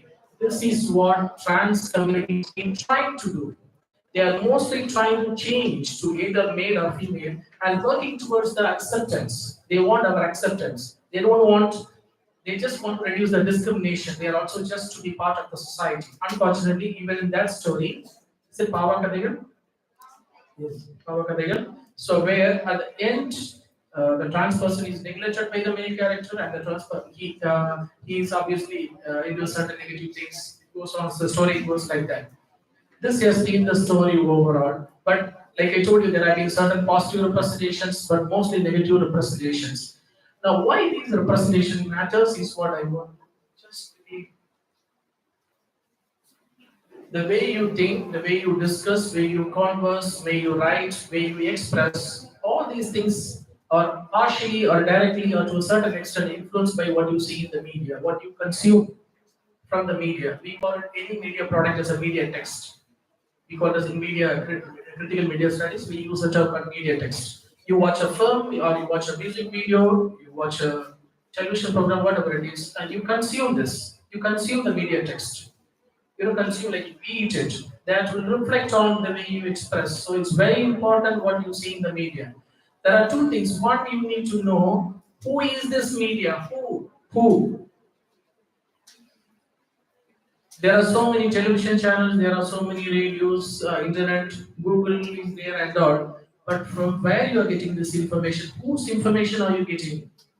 Who is there in the media industry? Who owns it? Who operates it? Why? These questions need to be asked. And from the context of this presentation, most of the media is owned, operated, produced, designed, whatever it is, transmitted and brought to you by men. Men contribute to more than 75% of the human resource in the media industry. So what you see in the media, what you consume from the media is how the male want the society to see. Male perspective, male dominant view. That's where you have to have a critical thinking. What you see in the media, what is the role of women in media? Still nothing has changed. Even there have been some films where women has been given prominent roles. Like for example, Nayanthara and the movie Aram, she's known as a very bold character who who makes decisions, who is intelligent, who is smart, she can take decisions. she does certain things of action which is appreciated by the people in the firm, in the characters, and also with the audience. But at the end, but she has to come out of the system. She has to resign her job because she cannot fit into the system. This is what happens for an independent woman. Even that Nayantara or any other character, I mean, I'm using Nayantara because of the popularity. Even who has made such independent, strong roles, when it comes to a Rajinikanth film or a Vijay film, she will just be one of the third character who will come and dance and go. Even she will not hardly have anything to speak. If that is the case, that is a situation for women in media. What would be the case for trans women, trans people? And by the way, just to add, most of the trans people are trans women. I do not know the reason, but in terms of the number which I read from the literature, it's mostly trans women than trans men. There are fewer trans men, but mostly trans women. That's why we might see more trans women than trans men. And also, objectifying and showing how the role of women. That's a larger part of discussion. If you can see that and just see how to the extent how they even give a limited space for trans women. And when you have try to reverse the role, try to reverse role and see. For example, in the film, I told you that when the trans person comes out, Vikram and Santana have the kind of expression they make. It's like the demeaning their statues. Just reverse. What if Vikram is the trans person and the trans person is sitting there and giving that expression? How will you as audience feel that? Will you accept it? To what extent what you are likely to accept those kind of views? How likely are we to look into those alternative views? It's very important. So media representation largely matters. Most of the media content we consume matters. It influences our reality. Because it consists of a social reality, what you see, etc. And if there are more representations, more positive representations, definitely how we see this marginalized community. You can elaborated on this wonderful narration. It was like about that from the context of the I like to read that novel. And we should work for what is the final answer. There should be more number of people from the same community. That's the number matters also. Frequency matters. More number of representation will lead to more inclusion, more acceptance.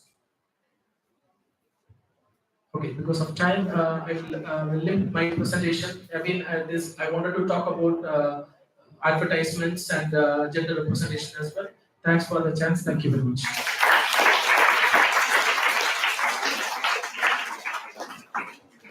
Thank you, sir. It was a wonderful session.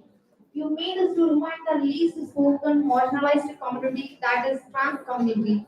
They struggle to be accepted by the community. In the short time, you made us realize the struggles of trans persons and the influence of media in portraying them wrongly.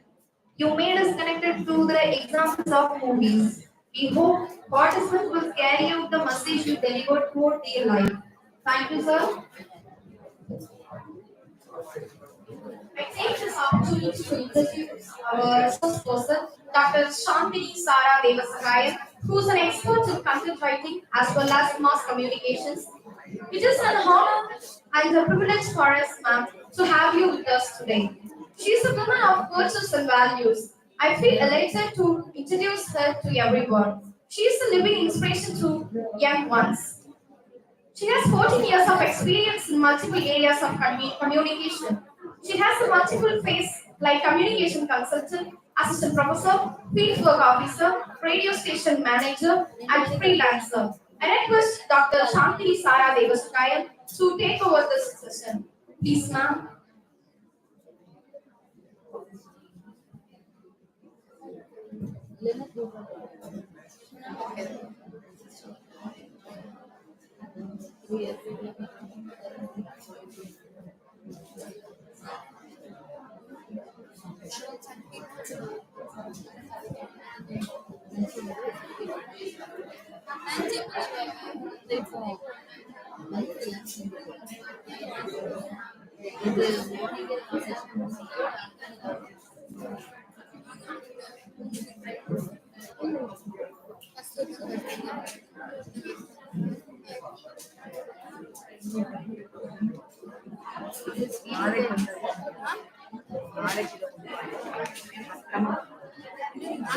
நாளைக்கு கொண்டு வான்னு சொல்லிடுறேன். பத்திரமா கொண்டு வாங்க. Good afternoon, everybody. So, எல்லாம் பசி மயக்கத்துல இருக்கீங்கன்னு நினைக்கிறேன். Okay. So my presentation is going to be a continuation of what Professor Riju has done. So, marginalized and media. So most of you must be literature students, right? Literature students. So literature students, you will have you might have a very fancy idea about media. So invariably, maybe literature or commerce or anybody, any human being, now all of us are living in a media world, right? So whatever ideas and realities you have in mind is based on, predominantly it has been influenced by the media representation. உங்களை எத்தனை பேர் police station போயிருக்கீங்க? போயிருக்கீங்களா? எதுக்கு போயிருக்கீங்க? சரி, police station எப்படி இருக்கும்னு மத்தவங்களுக்கு எல்லாம் தெரியுமா? நீங்க போலீஸ் ஸ்டேஷன் போயிருக்கீங்களா? எப்படி இருக்கும் போலீஸ் ஸ்டேஷன்? யாராவது சொல்ல முடியுமா என்ன நடக்கும் போலீஸ் ஸ்டேஷன்ல போய் எப்படின்னு? சொல்ல முடியுமா?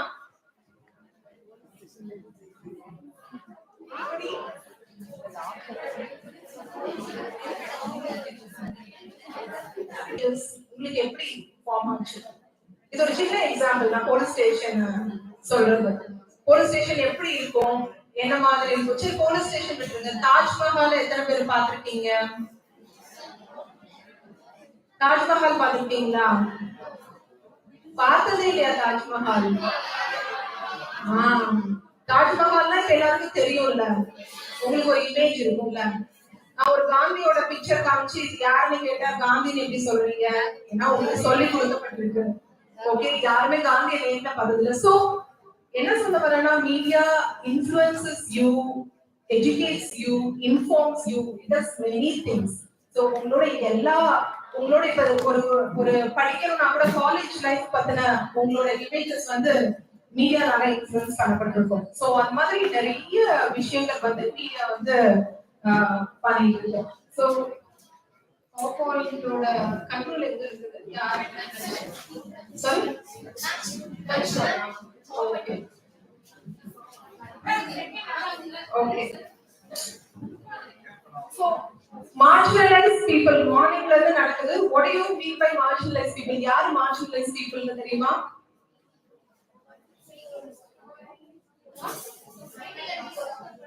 ஒதுக்கப்பட்டவங்க. எதனால ஒதுக்கப்பட்டவங்க? Very good. சோ விளிம்பு நிலை மக்கள், marginalized people, தமிழ்ல விளிம்பு நிலை மக்கள்னு சொல்லுவோம். So there are many factors and there are many types of people who come under this marginalized category. But by and large, UNDP, அதாவது United Nations of Development Program, they have a classification for who is marginalized people. So according to them, these are the marginalized group. So they name that migrants and refugees. புலம்பெயர்ந்தவர்கள். இங்க நிறைய பேர் புலம்பெயர்ந்து வராங்கல்ல, north Indians நிறைய பேர் இப்ப லேபரர்ஸா வராங்க, அதனால நிறைய இஷ்யூஸ் இருக்குது. சோ அந்த மாதிரி புலம்பெயர்ந்தவர்கள், அப்புறம் எல்டர்லி பீப்புள், வயதானவர்கள், அப்புறம் எல்ஜிபிடி, அதுதான் இப்ப போன பிரசன்டேஷன்ல பார்த்திருப்பீங்க. That is the queer personalities and transgenders and everybody. Ethnic minorities, அதாவது ஒரு குறிப்பிட்ட இனம் சார்ந்தவர்கள், இனம் சார்ந்த விளிம்பு நிலையில் இருக்கக்கூடிய மக்கள், மோஸ்ட்லி ட்ரைபல் பீப்புள். ஓகே, ஆதிவாசிகள் நம்ம சொல்றோம்ல, அந்த மாதிரி அவங்க எத்னிக் பீப்புள், அவங்களும் விளிம்பு நிலை மக்கள் தான். இண்டிஜினியஸ் பீப்புள், அதாவது அவங்களும் ட்ரைபல்ஸ், பூர்வக்குடி மக்கள். சோ இவங்க எல்லாருமே they come under the category of people in vulnerable locations. அதாவது இப்ப ரொம்ப இப்ப ஃபார் எக்ஸாம்பிள் நார்த் ஈஸ்ட் எடுத்துக்கோங்க, அசாம் இல்ல பாகிஸ்தான், சாரி இல்ல காஷ்மீர்ல இருக்கிறவங்க எல்லாம் பாத்தீங்கன்னா they live in a very problematic area. அதே மாதிரி நார்த் ஈஸ்டும் கூட. சோ இந்த மாதிரி இடங்கள்ல இருக்கக்கூடியவங்களுக்கு, ஏன்னா அங்க இருக்கிற சட்டங்கள் வேற மாதிரி இருக்கும், அவங்களுக்கு இருக்கிற விதிமுறைகள் வேற மாதிரி இருக்கும். So all those form, it makes the people who are living in the particular area marginalized people. They marginalized in a certain way. So these are the categories given by UNDP as they are being categorized as a marginalized people. Next is the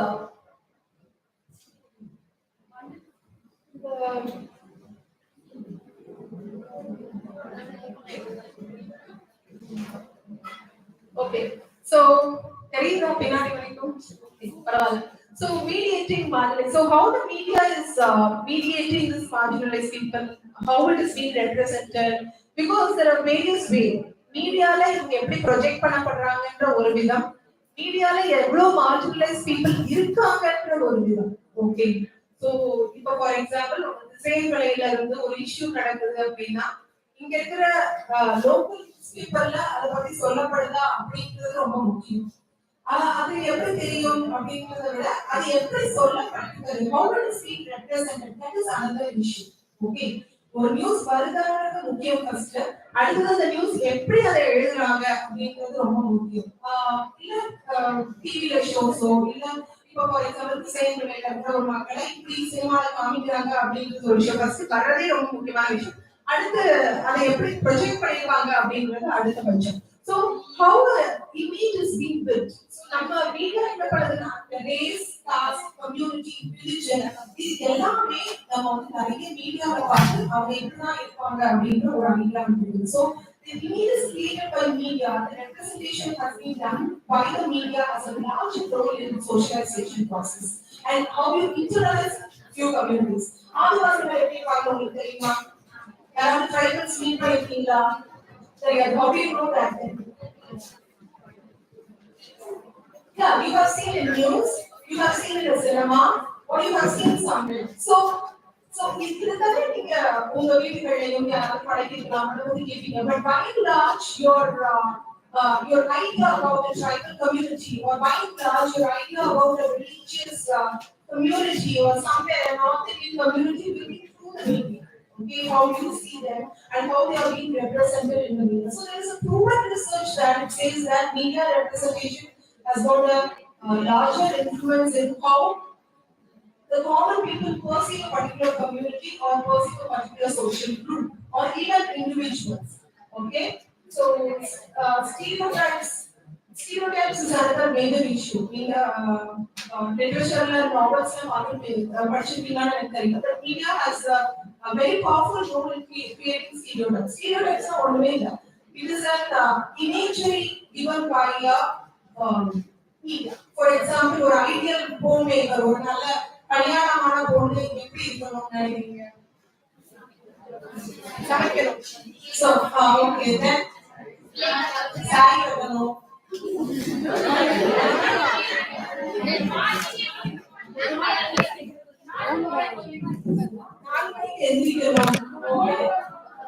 போடணும். Okay, so இது பாதி வீட்ல சொல்லி இது வந்து பாதி நம்ம சுத்தி இருக்கிறவங்க, the society has instructed us in a certain way, and also the media has instructed you in a certain way. Okay, மீடியாலே ஒரு நல்ல கல்யாணம் ஆனதுக்கப்புறம் பெண்கள் இப்படிதான் இருக்கணும் அப்படிங்கிற மாதிரியான சாரி கட்டிங்கிறதோ இப்போ ஒரு குடும்ப அதாவது only girl.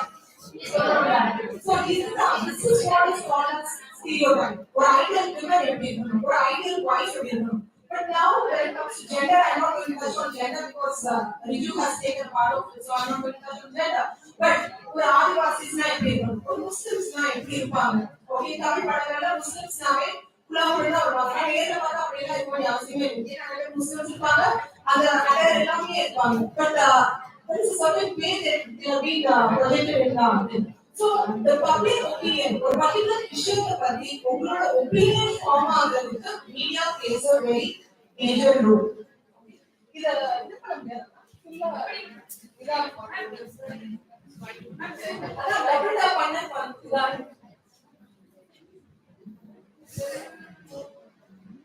okay, so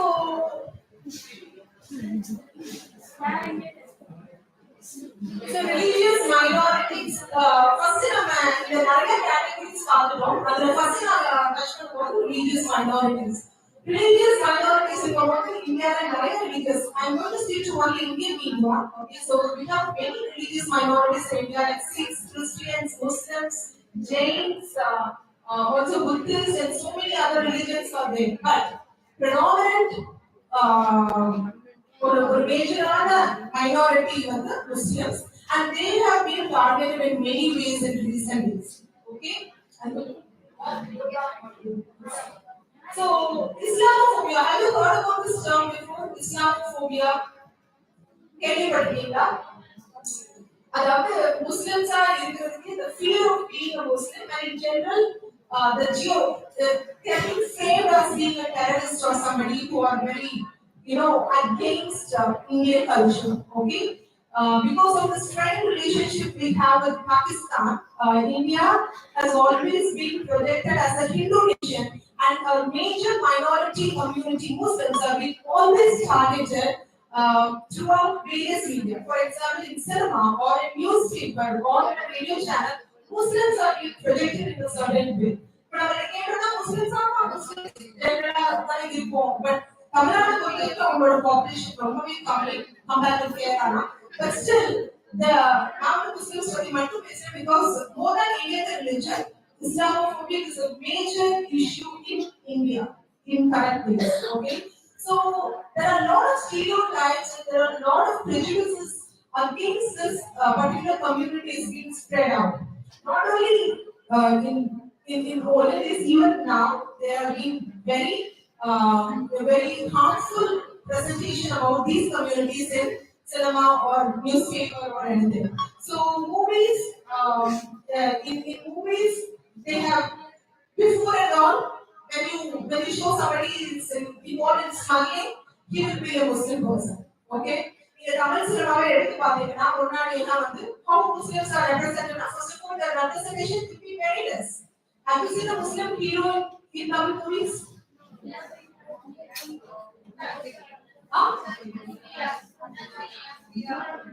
No, not even a hero, protagonist, or hero. Heroes in the sense the protagonist and the character, Muslim character, முக்கியமான character, hero நடிச்சு பாத்தீங்களா?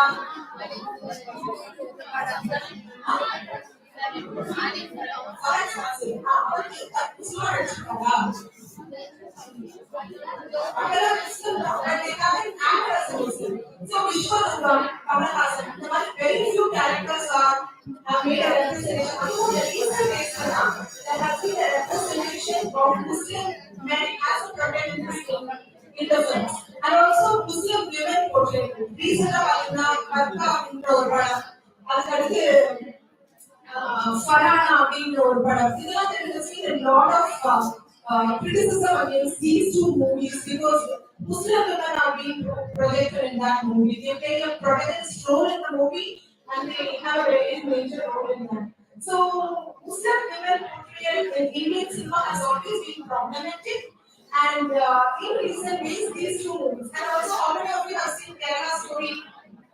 Have you seen the movie Kerala Story? Malayalam movie? No, right?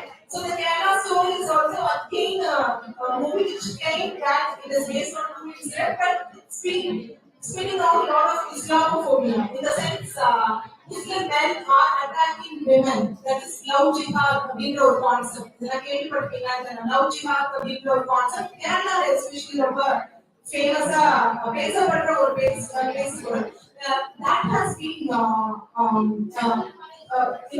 picturized in the particular movie. So next is major example of this is I would say this Hindu newspaper எத்தனை வாசிப்பீங்க? Hindu. Okay. Recent days corona starting வந்தப்போ there has been a speculation that Muslims are spreading corona. Have you heard about it? Have you heard about it? No. You haven't heard about it. Okay, so there has been அதாவது இந்த நிசாமுதீன் அப்படின்ற ஒரு இடத்துல டெல்லியில there has been a Muslim ஒரு meeting. At the simultaneously, the same time corona outbreak was there in India. So Muslims were being targeted at that time, saying that they have spread corona to the world. Okay, so this particular picture, the cartoon, has been published in a major newspaper. Hindu is a major newspaper, one of the major premium newspaper in India, and they have published this cartoon. And there has been a severe backlash and protest against this cartoon, and they have withheld the cartoon after this incident. So how they have projected? Can you see? இந்த அட்டார் இருக்குல்ல, இது வந்து முஸ்லிம்ஸோட பைத்தான்னு சொல்லுவாங்க. அந்த அட்டார் போட்டு இன்டைரக்டா they are spreading what can you see? ஒரு கன் வச்சுட்டு அது ஒரு டெரரிஸ்ட். சோ இது வந்து ஒரு ஒரு ஒரு பெரிய முக்கியமான பத்திரிகை, இந்து பத்திரிகை. இந்த ஒரு பத்திரிகை கூட இப்படி உள்ள வந்து ப்ரொஜெக்ட் பண்ணுச்சு. we can say யார் அப்படி பண்றாங்கன்னு நினைக்கலாம். பட் தொடர்ந்து பல மீடியாக்கள்ல they have been projected in certain way. So this created a lot of this. அந்த டைம்ல நிறைய முஸ்லிம்ஸ் எல்லாம் அட்டாக் பண்ணாங்க. உங்களுக்கு ஞாபகம் இருக்கான்னு தெரியல. நீங்க நியூஸ் அந்த டைம் பாத்தீங்களான்னு தெரியல. So this is how newspapers have spread Islamophobic content in the mainstream media. Okay, and next is next issue and the minorities, so the refugees and migrants for the So migrants in Nepal, even Tamil Nadu has a major migrant population. Okay, in Tirupur, Coimbatore, the side now going up, even Tirunelveli, the major town, major labor force comes from Bihar, Orissa, and all the underdeveloped states in India. Okay, so how they have been projected? உங்களுக்கு அவங்களுக்கு ஏதாவது idea இருக்கா? வெளி மாநிலத்திலிருந்து வர்றாங்கல்ல வேலை செய்யறதுக்கு இந்த hotel அவங்கள பத்தி ஏதாவது ஒரு ஐடியா இருக்கா? எப்படி இருப்பாங்க என்னன்னு? இல்ல கலரா இருப்பாங்களா? அது ஒரு நல்ல ஐடியா. ஓகே, அதுதான் கலர் ஸ்கின் டோன் கலர்னா ரொம்ப நல்லது, கருப்புனா ரொம்ப கெட்டது, villains will be very dark in media. So இது எல்லாமே உங்களுக்கு இன்டைரக்டா ஸ்கின் டோன் முதல் கொண்டு media has been telling you that what is good and what is bad. Okay, so இவங்க இந்த மேஜர் மைக்ரண்ட் பாப்புலேஷன் வந்துட்டு இன்னைக்கு நிறைய இருக்கிறதுனால அவங்களுடைய பிரச்சனைகளை media how they are being represented na again we are putting them in a very bad picture na something. Because a lot of times when they do, it become a very big news. Very மாநிலத்தவர்கள் வந்து அத்துமீறல், வெளி மாநிலத்தவர்கள் குத்தி கொலை, இந்த மாதிரியான headlines you could have read it something. Okay, so that is where they stand. That is where the media stands, projecting a particular community, putting them in that, framing them in a particular way. So even recent 2 months or 3 months back, there was an issue. Biharis எல்லாம் வந்து இங்க attack பண்ணப்படுறாங்கன்ற ஒரு fake video மூலமா ஒரு disinformation campaign was started against them.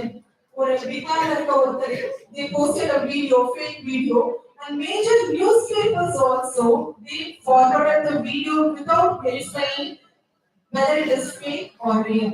Okay, so that especially that incident it started a major problem among the migrant workers across Tamil Nadu, and everybody in Bihar, their hometown, they started to ask these people to come back. And நிறைய போலீஸ்ல நிறைய டிவிலயே வந்து நிறைய information கொடுத்தாங்க, இல்ல அது fake video, அது real video இல்ல அப்படின்ற மாதிரி.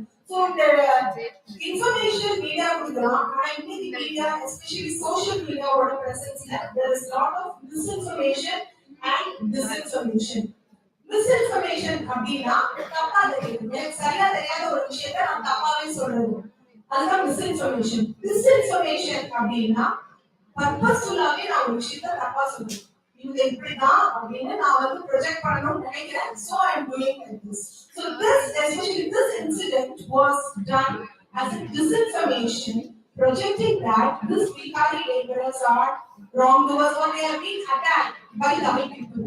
ஹிந்தி பேசுறவங்களெல்லாம் தமிழர்கள் அடிக்கிறாங்க அப்படிங்கிற நியூஸ் மேஜர் பத்திரிகை, அங்க இருக்கிற பஞ்சாப் கேசரி, அங்க இருக்கிற தைனிகா, அந்த மாதிரி நிறைய ரீஜனல் நியூஸ் பேப்பர்ஸ்ல it ran to the headline like this: in Tamil Nadu, Bihari laborers are on target.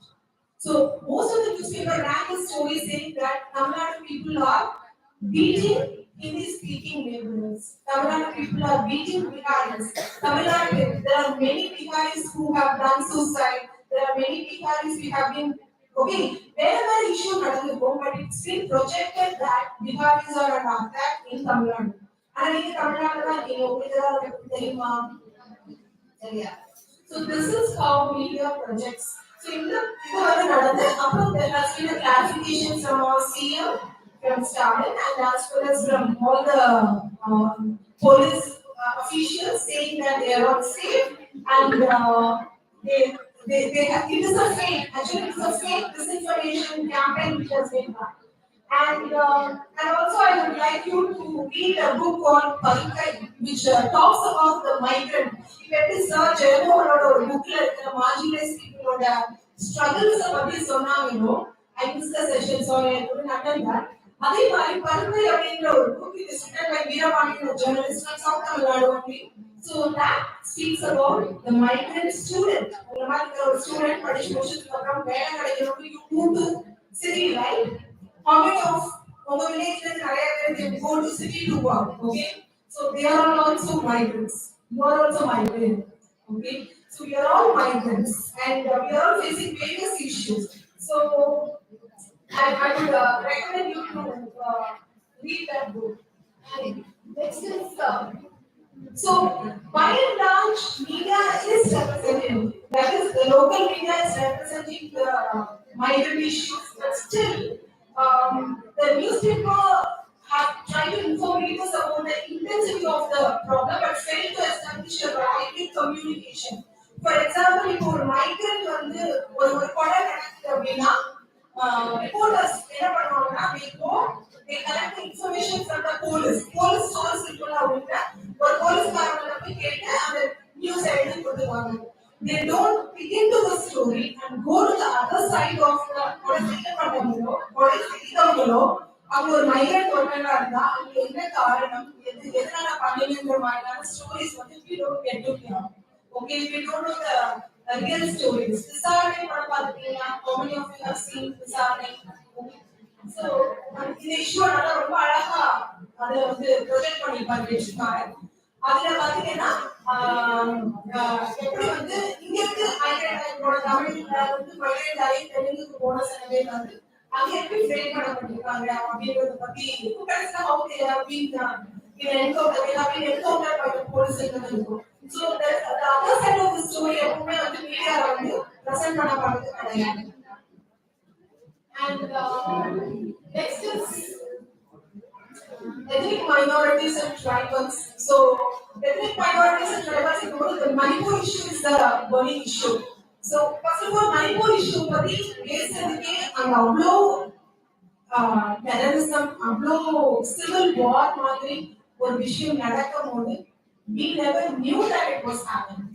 After only few many months, after losing so many lives, only after that the mainstream media just started to report on Manipur issue. Okay, because Northeast themselves being underrepresented in Indian media. Okay, Northeast is a hero Northeast is a news so their representation, even South Tamil Nadu, South or news North news South or news national news unless and until it is very important. ரொம்ப இம்பார்ட்டன்டான இருக்காது. So அதனால சவுத்ல ஒரு underrepresented தான். So அடிக்கடி minorities மணிப்பூர்ல இருக்கிற minorities அதாவது ரெண்டு tribal communities, you know what is happening in Manipur? Do you read? Very much. So ரெண்டு இனக்குழுக்கள் ரெண்டு நான் சொன்ன மாதிரியான ethnic communities குள்ள நடக்கிற clash வந்து first report பண்ணப்படவே இல்லை. Even that among the two ethnic communities, that is Meithai and there is Kuki tribes. So among them, Meithai is a major. It's a vastly populated tribe, and Kuki is a minority among them. So other than Meithai, report is they reported the issue அவங்க side of story தெரிஞ்சு but குக்கின்ற அந்த ethnic community வந்து reporters அந்த மாதிரி so their side of the story is not seen. So it is not just the news is coming up. Of course the news has to come, but news யாரோட பெர்ஸ்பெக்டிவ்ல இருந்து வந்திருக்கு, எல்லாரோட பெர்ஸ்பெக்டிவும் கேட்டிருக்காங்களா, எல்லாரோட உண்மையை தெரிஞ்சிருக்காங்களா, எல்லா சைடோட உண்மையை தெரிஞ்சு நியூட்ரலா அதை பிரசன்ட் பண்ணிருக்காங்களா அப்படின்னு கேட்டா there will be a big question mark in that. So yeah, I would start with that. And also there is representation, but how they are being represented is another question mark in that. And have you, if a recent academy awards won, elephant whisperers in the Padamathina. So it's a documentary based on two tribal people, those who are, they are man-hounds of elephants. Okay, they are taking care of the elephant. So on the how the tribes are being projected. Bombay and Delhi, it's a very nice documentary. You can go and watch. Torrent, download elephant whisperers in the documentary. Even last issue, Kudakulam issue there was a protest and there was a lot of newspapers who were running news about it. But still, Kudakulam people themselves, they thought that their issue was not represented properly in newspaper. So they themselves had a Facebook page. You follow Padikina? No, right? So they had a Facebook page called Kudakulam Times. On the Facebook page, on the Kudakulam protesters, they came and gave their views. On a daily basis, they were uploading in the website. And that is very important. So our voice plays a role. The marginalized people, யாருக்கு அவங்களுக்காக குரல் கொடுக்கலாம். So குரல் கொடுக்கறவங்க எந்த மாதிரி அவங்க present பண்றாங்கன்னு so பிரச்சனை புரிய அவங்க குரல் கொடுக்கும்போது it is even more powerful, and that is where the social media comes. Mainstream media you cannot go and run and use, but when social media நீங்களே உங்களுடைய பிரச்சனைகளையும் உங்களுடைய கருத்துக்களை தெரிவிக்கிறதுக்கான ஒரு நல்ல பிளாட்ஃபார்மா அது இருக்கு. So that is very important. And last is how Indian film industry has changed in pattern. And another major issue, India marginalization பேசும்போது காஸ்ட் அப்படிங்கிறது இதெல்லாம் செய்து அது இது பண்ணா செய்யுது. நம்ம கேட்டோம்னா எல்லாத்துக்குமே ஜாதி இருக்குதா அப்படின்னா இல்லையே எங்க இருக்குது அப்படின்னு நம்ம ரொம்ப அழகா சொல்லுவோம். நமக்கு பக்கத்துல இருக்கிற நாங்குநேரியில what has happened and what has been happening, what is being etched in our mind is something which we cannot deny that is not happening, and we cannot just wash off our hands and say that no, it's all normal and nothing is like that. So we have to accept the fact that caste plays a very major role, especially down south Tamil Nadu plays a very major role. So how it's being represented in Indian cinema, Indian cinema has been very casteist. நம்ம பார்த்தோம்னா முன்னாடி இருந்து பார்க்கும்போது நிறைய ஜாதி பெருமைகள் சொல்ற படங்கள் தான் வந்திருக்கு. So cost paste violence insult பண்ற ஜாதி பெருமைகள், அதாவது காஸ்ட் ப்ரைட ரொம்ப காமிக்கிற மாதிரியான படங்களை தான் நம்ம கொண்டாடி இருக்கோம். தேவர் மகனா இருக்கட்டும், நாட்டாமையா இருக்கட்டும், கிழக்கு வாசலா இருக்கட்டும், இந்த மாதிரி பல படங்கள் there has been some இடைஜாதியினர் ரொம்ப அவங்களுடைய ஜாதி பெருமையோட பிரசன்ட் பண்ற மாதிரி. So recent times Pa Ranjith, Vetrimaaran, மாரி செல்வராஜ், அமீர், கோபிநாத் இவங்கெல்லாம் இவங்களோட they vehemently, they openly said that our films are against this oppression and we are going to take on all the prejudices which has been posed on us. So இவங்களோட படங்கள்லாம் இப்ப மாமன்னன் is a very big example. You have all of you have seen at least Mamanan's audio launch and how Mari Selvaraj came out and spoke about how Devan Magan impacted him and how Mamanan was the answer to Devan Magan. So in the conflict line, whatever in the mainstream media, like stage media, could have reached you. Okay, so there is a paradigm shift. Tamil cinema, there has been lot of films which claims Dalit issues, Dalit representation, அவங்களே represent பண்ற ஒரு space வந்து இன்னைக்கு Indian சினிமால வந்து and Vetrimaaran or especially Par Ranjit and Bharti Sarkaraj, both of them has done a tremendous job in creating that paradigm shift. Okay, so Vetrimaran's Asurana, Karnana, Asurana, Bharti Sarkaraj, Karnan, and recent Maman and everything. Open away வந்து எப்படி ஒரு cost separation இருக்குதுன்னு பார்த்தீங்கன்னா முன்னாடி எல்லாம் ரொம்ப தொட்டு தொடாமையுமா வந்துட்டு காஸ்ட் அப்படின்ற ஒரு விஷயம் இருந்தாங்க. These films very openly, outrightly, they say that we are against this and this is what is happening. Caste oppression எங்க மேல எப்படி திணிக்கப்படுது, அதுக்கு அகேன்ஸ்டா இந்த ஹீரோ எப்படி அதுல வெளியே வராரு அப்படின்ற மாதிரி. So இப்போ இந்த ரெண்டு படத்தை வச்சு ஒரு 1 hour பேசலாம், ஒரு PhD டாபிக் எழுதலாம். அந்த அளவுக்கு there are many factors involved in that. Okay, so I would say that not newspaper, radio, in the media, Tamil cinema especially has seen the paradigm shift in caste separation. Okay, so that's it. How many of you have read about Gayatri Sundar, Partha Chatterjee? So these are the subaltern people. What is everybody thinking about? Subaltern. Okay.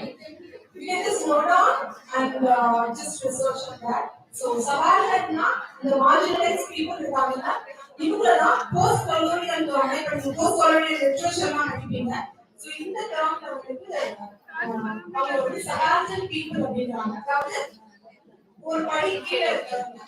Power ரிலேஷன்ஸ்ல ஒரு படி கீழே இருக்கிற மக்களை வந்து கீழ்நிலை மக்களை வந்து subaltern people அப்படின்றாங்க. So, இவங்களுடைய presence literature எப்படி இருக்குன்னு நிறைய ஆராய்ச்சிகள்லாம் இருக்குது. அதுல முக்கியமானவங்க காயத்ரி சுந்தர். அவங்களோட ஒரு முக்கியமான எஸ்ஸே இருக்குது, அது பேரு கேன் சபால்டன் ஸ்பீக் அப்படிங்கிற எஸ்ஸே. சோ இந்த மாதிரி விளிம்பு நிலை மக்களால பேச முடியுமா, அப்படி பேசுறத வாயிலால பேசுறதுல அவங்களுடைய குரல் ரெப்ரசென்ட் பண்ண முடியுமா அப்படிங்கிறது அந்த எஸ்ஸேவோட கடைசியில முடியாது அப்படின்னு சொல்லி தான் அவங்க முடிச்சிருக்காங்க. பட் அது ஒரு 20 வருஷத்துக்கு முன்னாடி. But still now the situation is in such a way that this negotiations can happen. நம்மளோட humanity எவ்வளவோ மாறிட்டு வருது and there has been a lot of changes in the way we have evolved. So there is a chance that these discourses can happen. The விளிம்புநிலை மக்களும் they can find a way to voice out their concerns, to voice out against their representation, to voice out and represent themselves in a mainstream media. Okay, so media discourse has a very powerful role in creating a image about it, knowing about a community, having and perceiving and influencing our thoughts about a particular community. So you have to be very careful. நீங்க என்ன பண்ண முடியும் அப்படின்னா இந்த மாதிரியான influence பார்க்கும்போது ஒரு self analysis பண்ணிக்கணும். ஒரு வீடியோ வந்தோடனே அது கரெக்டா இருக்குமா அப்படிங்கறத செக் பண்ணிக்கணும். இந்த மாதிரியான சின்ன விஷயங்கள் வந்து you can do to keep yourself away from media's portrait. Okay, media கொடுக்கிற இமேஜ் தவிர நீங்க கொஞ்சம் அதை யோசிச்சு பார்த்து அலசி பார்த்து ஆராய்ச்சி real picture of what it is. Okay, so thank you so much. Thanks for listening.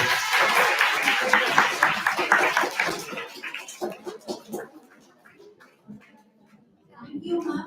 Really, it was a great session. You have presented the another face of media and life of migrants. And through your interaction, you made this more lively and to forget hunger.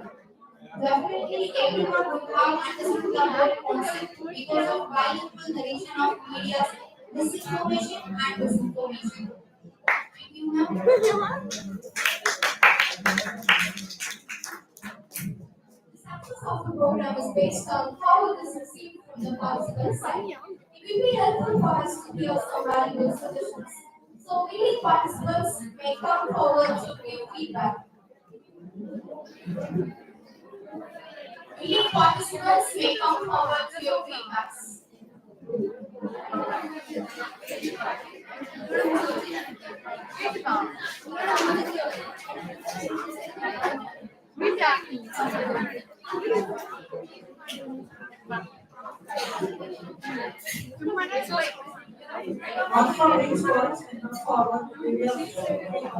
Yes, you are wrong. Yes, what are you can talk about?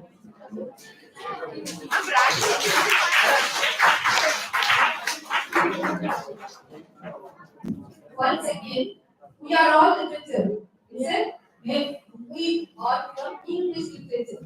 So no one hesitates to come forward to tell or describe your own ideas. I expect all the students from all the colleges come forward to yes, deliver your feedback. Are you ready? Yes. Now, okay, now.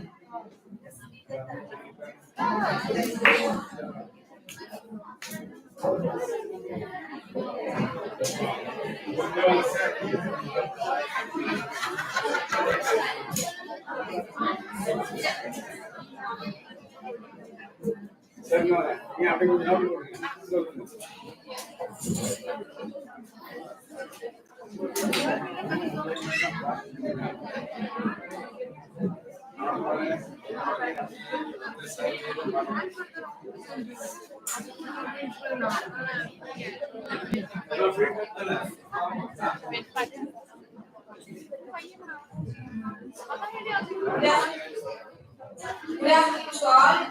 I'm Amelia and I'm from Government College, Government Arts and Science College at Sakamuna.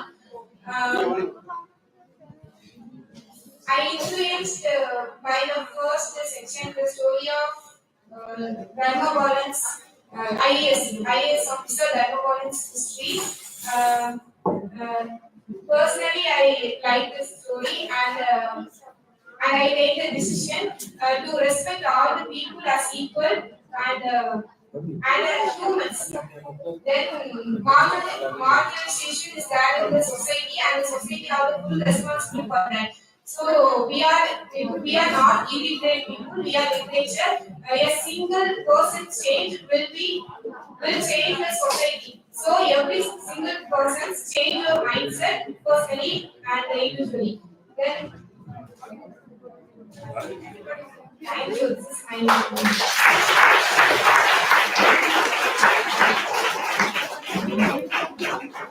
Looking forward to feedback. Anybody?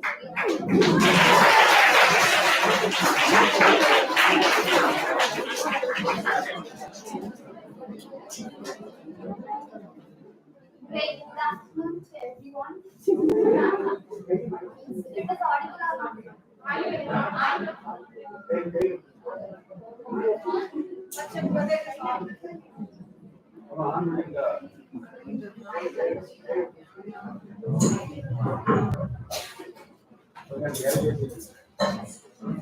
A very good afternoon to everyone. And this session, especially, we have gone through three topics. Really, as Abhinaya said, it really personally influenced me because first the seminar was given by sir. I'm sorry, I don't know the name, but the 100 sir said that 100 ounces, 100 நாட்காலிகள்.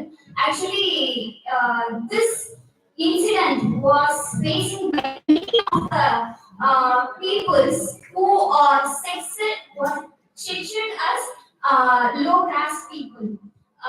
Personally, I gone through one girl. It's very close to me. She faced this incident, and to her, I want to say something. We are human. We are human. We are created equally. Only the foolish men created the section as the word caste. So we should not bother about the unwanted category which is made by the foolish men in the term of caste. We are all equal. From the story which is said by the honorable sir, I personally noted this term. Caste or not disappeared. It just invisible. It is present in the society. We may say there is no caste. We are not following the system of caste, but personally, if you are communicating with your family, especially with your father or mother, you can note this only by when you are communicating with your brother, especially because personally I gone through this. Whenever, especially with my father and brother, I'm openly saying they see caste, but I have completed my BA degree. I went to one. They are considered upper caste, and one caste, as I said, they are belongs to a scheduled caste. Whenever she was the boy is belong upper caste, and when one girl is not brought a pencil that day, so I asked the boy didn't brought the pencil, so I asked if anybody having the extra pencil, we can give this to her. To the boy. The boy said, "Teacher, அவட்டதான் நான் வாங்க மாட்டேன் teacher. எப்படிப்பட்டவா தெரியுமா teacher?" Oh my God, the guy came to me and said, "Teacher, நான் என்ன பாவம் பண்ணேன்? நான் அதை பிறந்தது ஏன் தப்பா?" Oh my God, அந்த வார்த்தையை கேட்டோன்னே I melted completely. Suddenly I got tears. This is அதாவது நம்ம அஃபெக்ட் ஆனா கூட பரவாயில்ல, நம்ம அடுத்த ஜெனரேஷன் என்ன பண்றோம் அப்படின்னா we are என்ன பண்றோம், நம்ம அவங்களை வந்து ஸ்டபன் பண்ணி we are dominating. We are நம்ம அறியாமலே நம்ம என்ன பண்றோம்னா இது ஒரு கேவலமான ஒரு சொசைட்டியா கிரியேட் பண்ணிட்டு இருக்கோம். நம்ம சொல்லலாம் ஜாதி ஒண்ணு இல்லைன்னு, but it is invisible, so we should demolish. Why? The awareness you should make. நான் பர்சனலா சொல்றது என்னன்னா, உனக்கு இப்போ உள்ள அந்த 50 வயசு 40 வயசுலாம் நம்ம சரி பண்ண முடியாது, because they are system. அவங்க இப்படிதான் அப்படின்னு முடிவாயிட்டாங்க. நம்ம என்ன பண்ணலாம்? We can brought up our children. Okay, then by the second story, by the second seminar sir நடத்துனாங்க. அதுல வந்து நான் என்ன புரிஞ்சுக்கிட்டேன்னா, மீடியா டிரான்ஸ்ஜெண்டர் அப்படிங்கிறவங்க வந்து முதல்ல வந்து நம்ம எல்லாரும் அதை நகைச்சுவையா பார்த்தோம். லேட்டர் வந்து சார் சொல்லும் போது நமக்கு புரிஞ்சுது அவங்க வந்து ஒரு கேம் சிஸ்டம் கிடையாது. பை ஹார்மோனல் சேஞ்சஸ் என்ன பண்றாங்க அப்படின்னா they shifted another gender. அது அவங்க மேல ஒரு தப்பு கிடையாது, அப்படிதானே?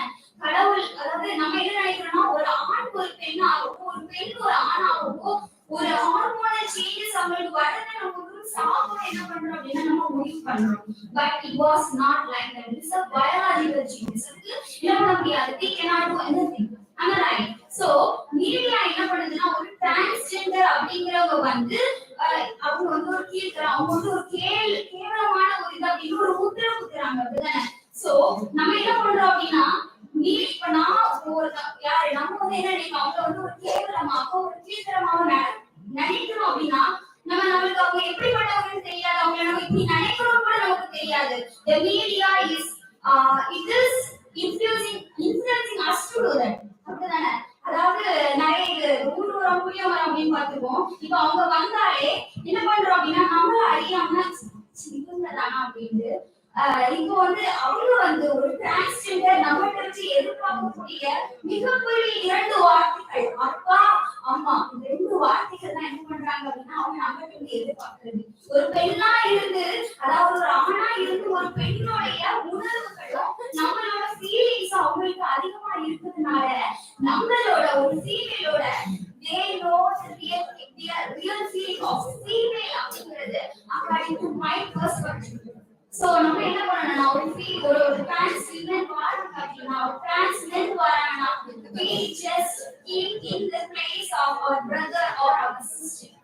So this is the things which have to, நம்ம ஒரு resolution on how to take this. It's my personal request to everyone. At last ma'am சொன்னாங்க மீடியா வந்து இந்த எல்லாமே நல்லா பாத்தீங்கன்னா அந்த 3மே ஒண்ணு இணைஞ்சுதான் இருக்கு, தானே? ஜாதி, ரேஸ், என்னது தாழ்த்தப்பட்ட மக்கள், அப்புறம் வந்து டிரான்ஸ் விமன், இது எல்லாமே என்னது மீடியா நமக்குள்ள கொண்டு வருது, நம்ம பெரியவங்க நமக்கு கொண்டு வருது. நான் மறுபடியும் சொல்றேன், we cannot change the present society, but we can change the future society with your words and with your thoughts. So thank you so much.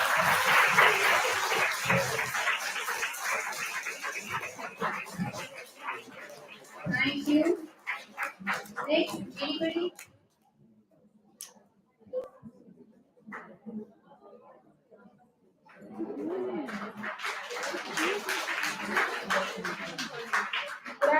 வரும்.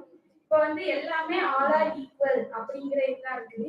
எப்படின்னா கேஸ்ட் ஃபர்ஸ்ட் செமினார்ல இருந்த மாதிரி கேஸ்ட பத்தி அப்போ வந்து நம்ம அந்த மாதிரிலாம் பார்க்க கூடாது. ஏன்னா எல்லாருமே ஈக்குவல் தான், எல்லாருமே ஒரே ரெட் கலர்ல தான் பிளட் வருது. அதனால இதுல நமக்கு தேவையில்லை. எப்பவுமே எல்லாரையும் ஒன்னாவே பார்க்க ஆரம்பிச்சிட்டோம்னா இந்த மாதிரி எந்த ப்ராப்ளமும் எதுவுமே இருக்காது. செகண்ட் செமினார்ல இருக்கிறது சயின்ஸ். அவங்களும் நம்மள மாதிரி ஒரு ஹியூமன் தான். அவங்களே வந்து நம்ம நல்ல முறையை ட்ரீட் பண்ணுவோம். ஏன்னா சொசைட்டில அவங்க வந்து ரொம்ப இதா ட்ரீட் பண்ணப்படுறாங்க. அவங்களால அவங்க ரொம்ப டிப்ரெஷன் ஆகி சூசைட் வரைக்கும் போறாங்க. லைஃப்ல ரொம்ப சீரியஸான ஒண்ணு.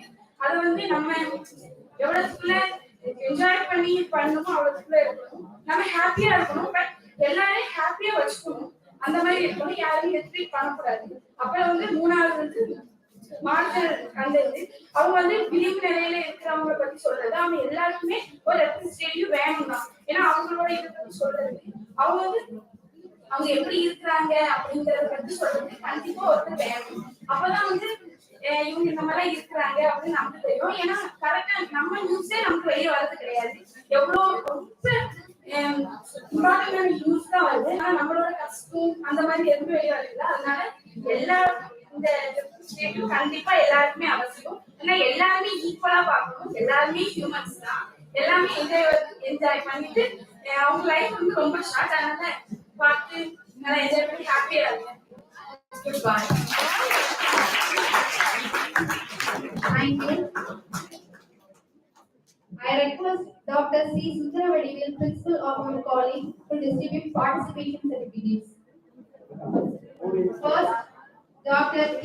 Xavier Veski Arugiraj, Associate Professor of English, Original College of Arts and Science, Tirunelveli.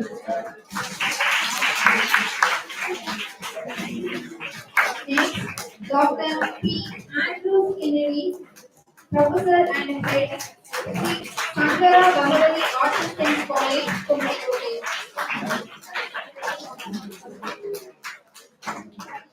Next, I request one representative from each college to come forward and collect your certificates.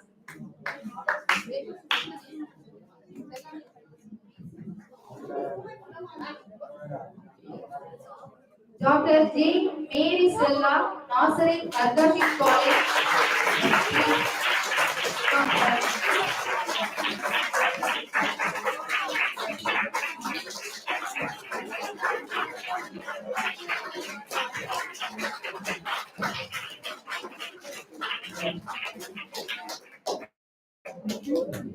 One of the students come from each college. Sri Shankara Bhavarati Arts and Science College at Tirunelveli. One of you come and collect your certificates.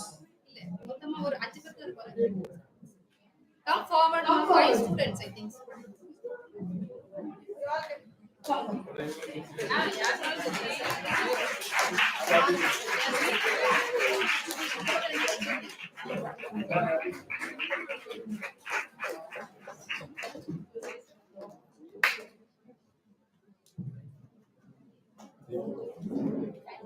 Thank you. Next, Nazareth Marginalized College. Now you come and collect your certificate. Nazareth Marginalized College.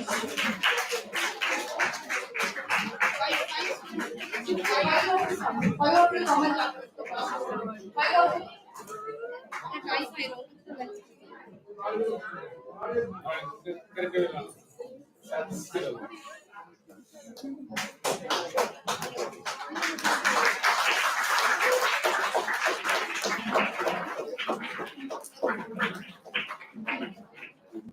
Next, TD MSU College, Kalikulam. One of you come and collect your certificate.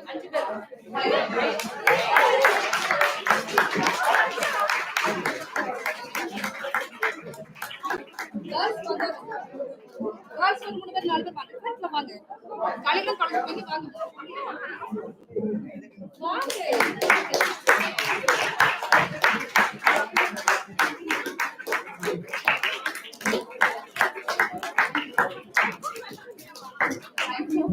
Next, Government Arts and Science College, Shabangulam. Five of you come and collect your certificate.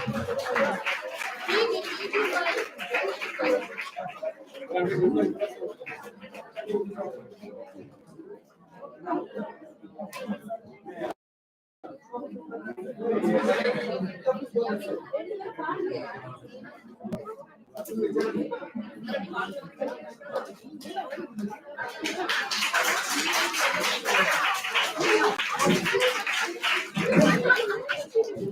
you, students. Now it's time for order. Let me sit here. Please, 5 minutes. 5 more minutes. One Let second. me sit. Just for 5 more minutes. Thank you for your cooperation, for your patience. But 5 minutes, Just 5 more within minutes. 5 minutes, we come. After that, you can go for your lunch. Just for 5 minutes, just wait. Gratitude is a quality. Gratitude is a quality similar to electricity. It must be pronounced and discharged and used up in order to exist at all. Education is not the filling of a pot, but the lighting of a fire. Now, I would like to call upon Mr. Banas, our professor, to propose votes of thanks. Good afternoon, everyone. Well, thank you so much for your patience. It's an honor for me to propose the vote of thanks here because it's the first international seminar that we are conducting from our department on behalf of our department since the beginning of this institution. So I'm really proud of this moment. First of all, on behalf of the Department of English, I would like to thank all the resource persons, chief guests, our principal and staff members and students for being the backbone to make this seminar a grand success. I thank Dr. N. Puvalingam, Principal, Manonik Sundaram University College, Govindaperi. And then I thank Mr. Varghese Riju Joshua, Lecturer, University of Technology and Applied Sciences, Sultanate of Oman, and Dr. Shantini Sara Devasakayam, Content Writer. Thank you, sirs and ma'ams, for sharing your knowledge with students and teachers community. And then I thank our principal, Dr. P. Sundar Vadigal, for his instant support. Thank you, sir. My sincere thanks to the head of our department, Dr. K. Tamil Jaldi, who's guiding the department in the righteous path for the welfare of students and teachers. I thank her with a deep sense of appreciation. Thank you, ma'am. I would like to thank the organizing team, which consists of teachers as well as students. Without them, this international seminar is not possible. Thank you all. Finally, I would like to thank all of you present here for making the time to be with us today and helping us make this seminar a grand success. Thank you. Thank you, sir. Let us stand for national anthem.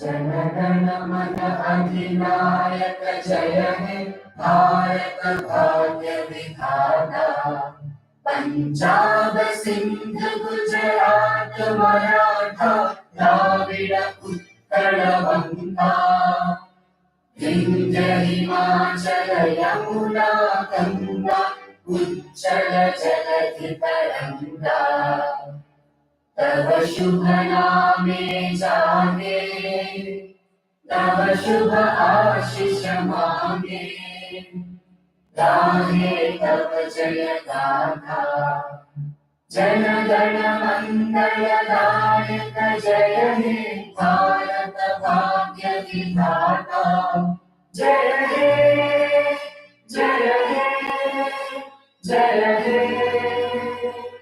जय जय जय जय हे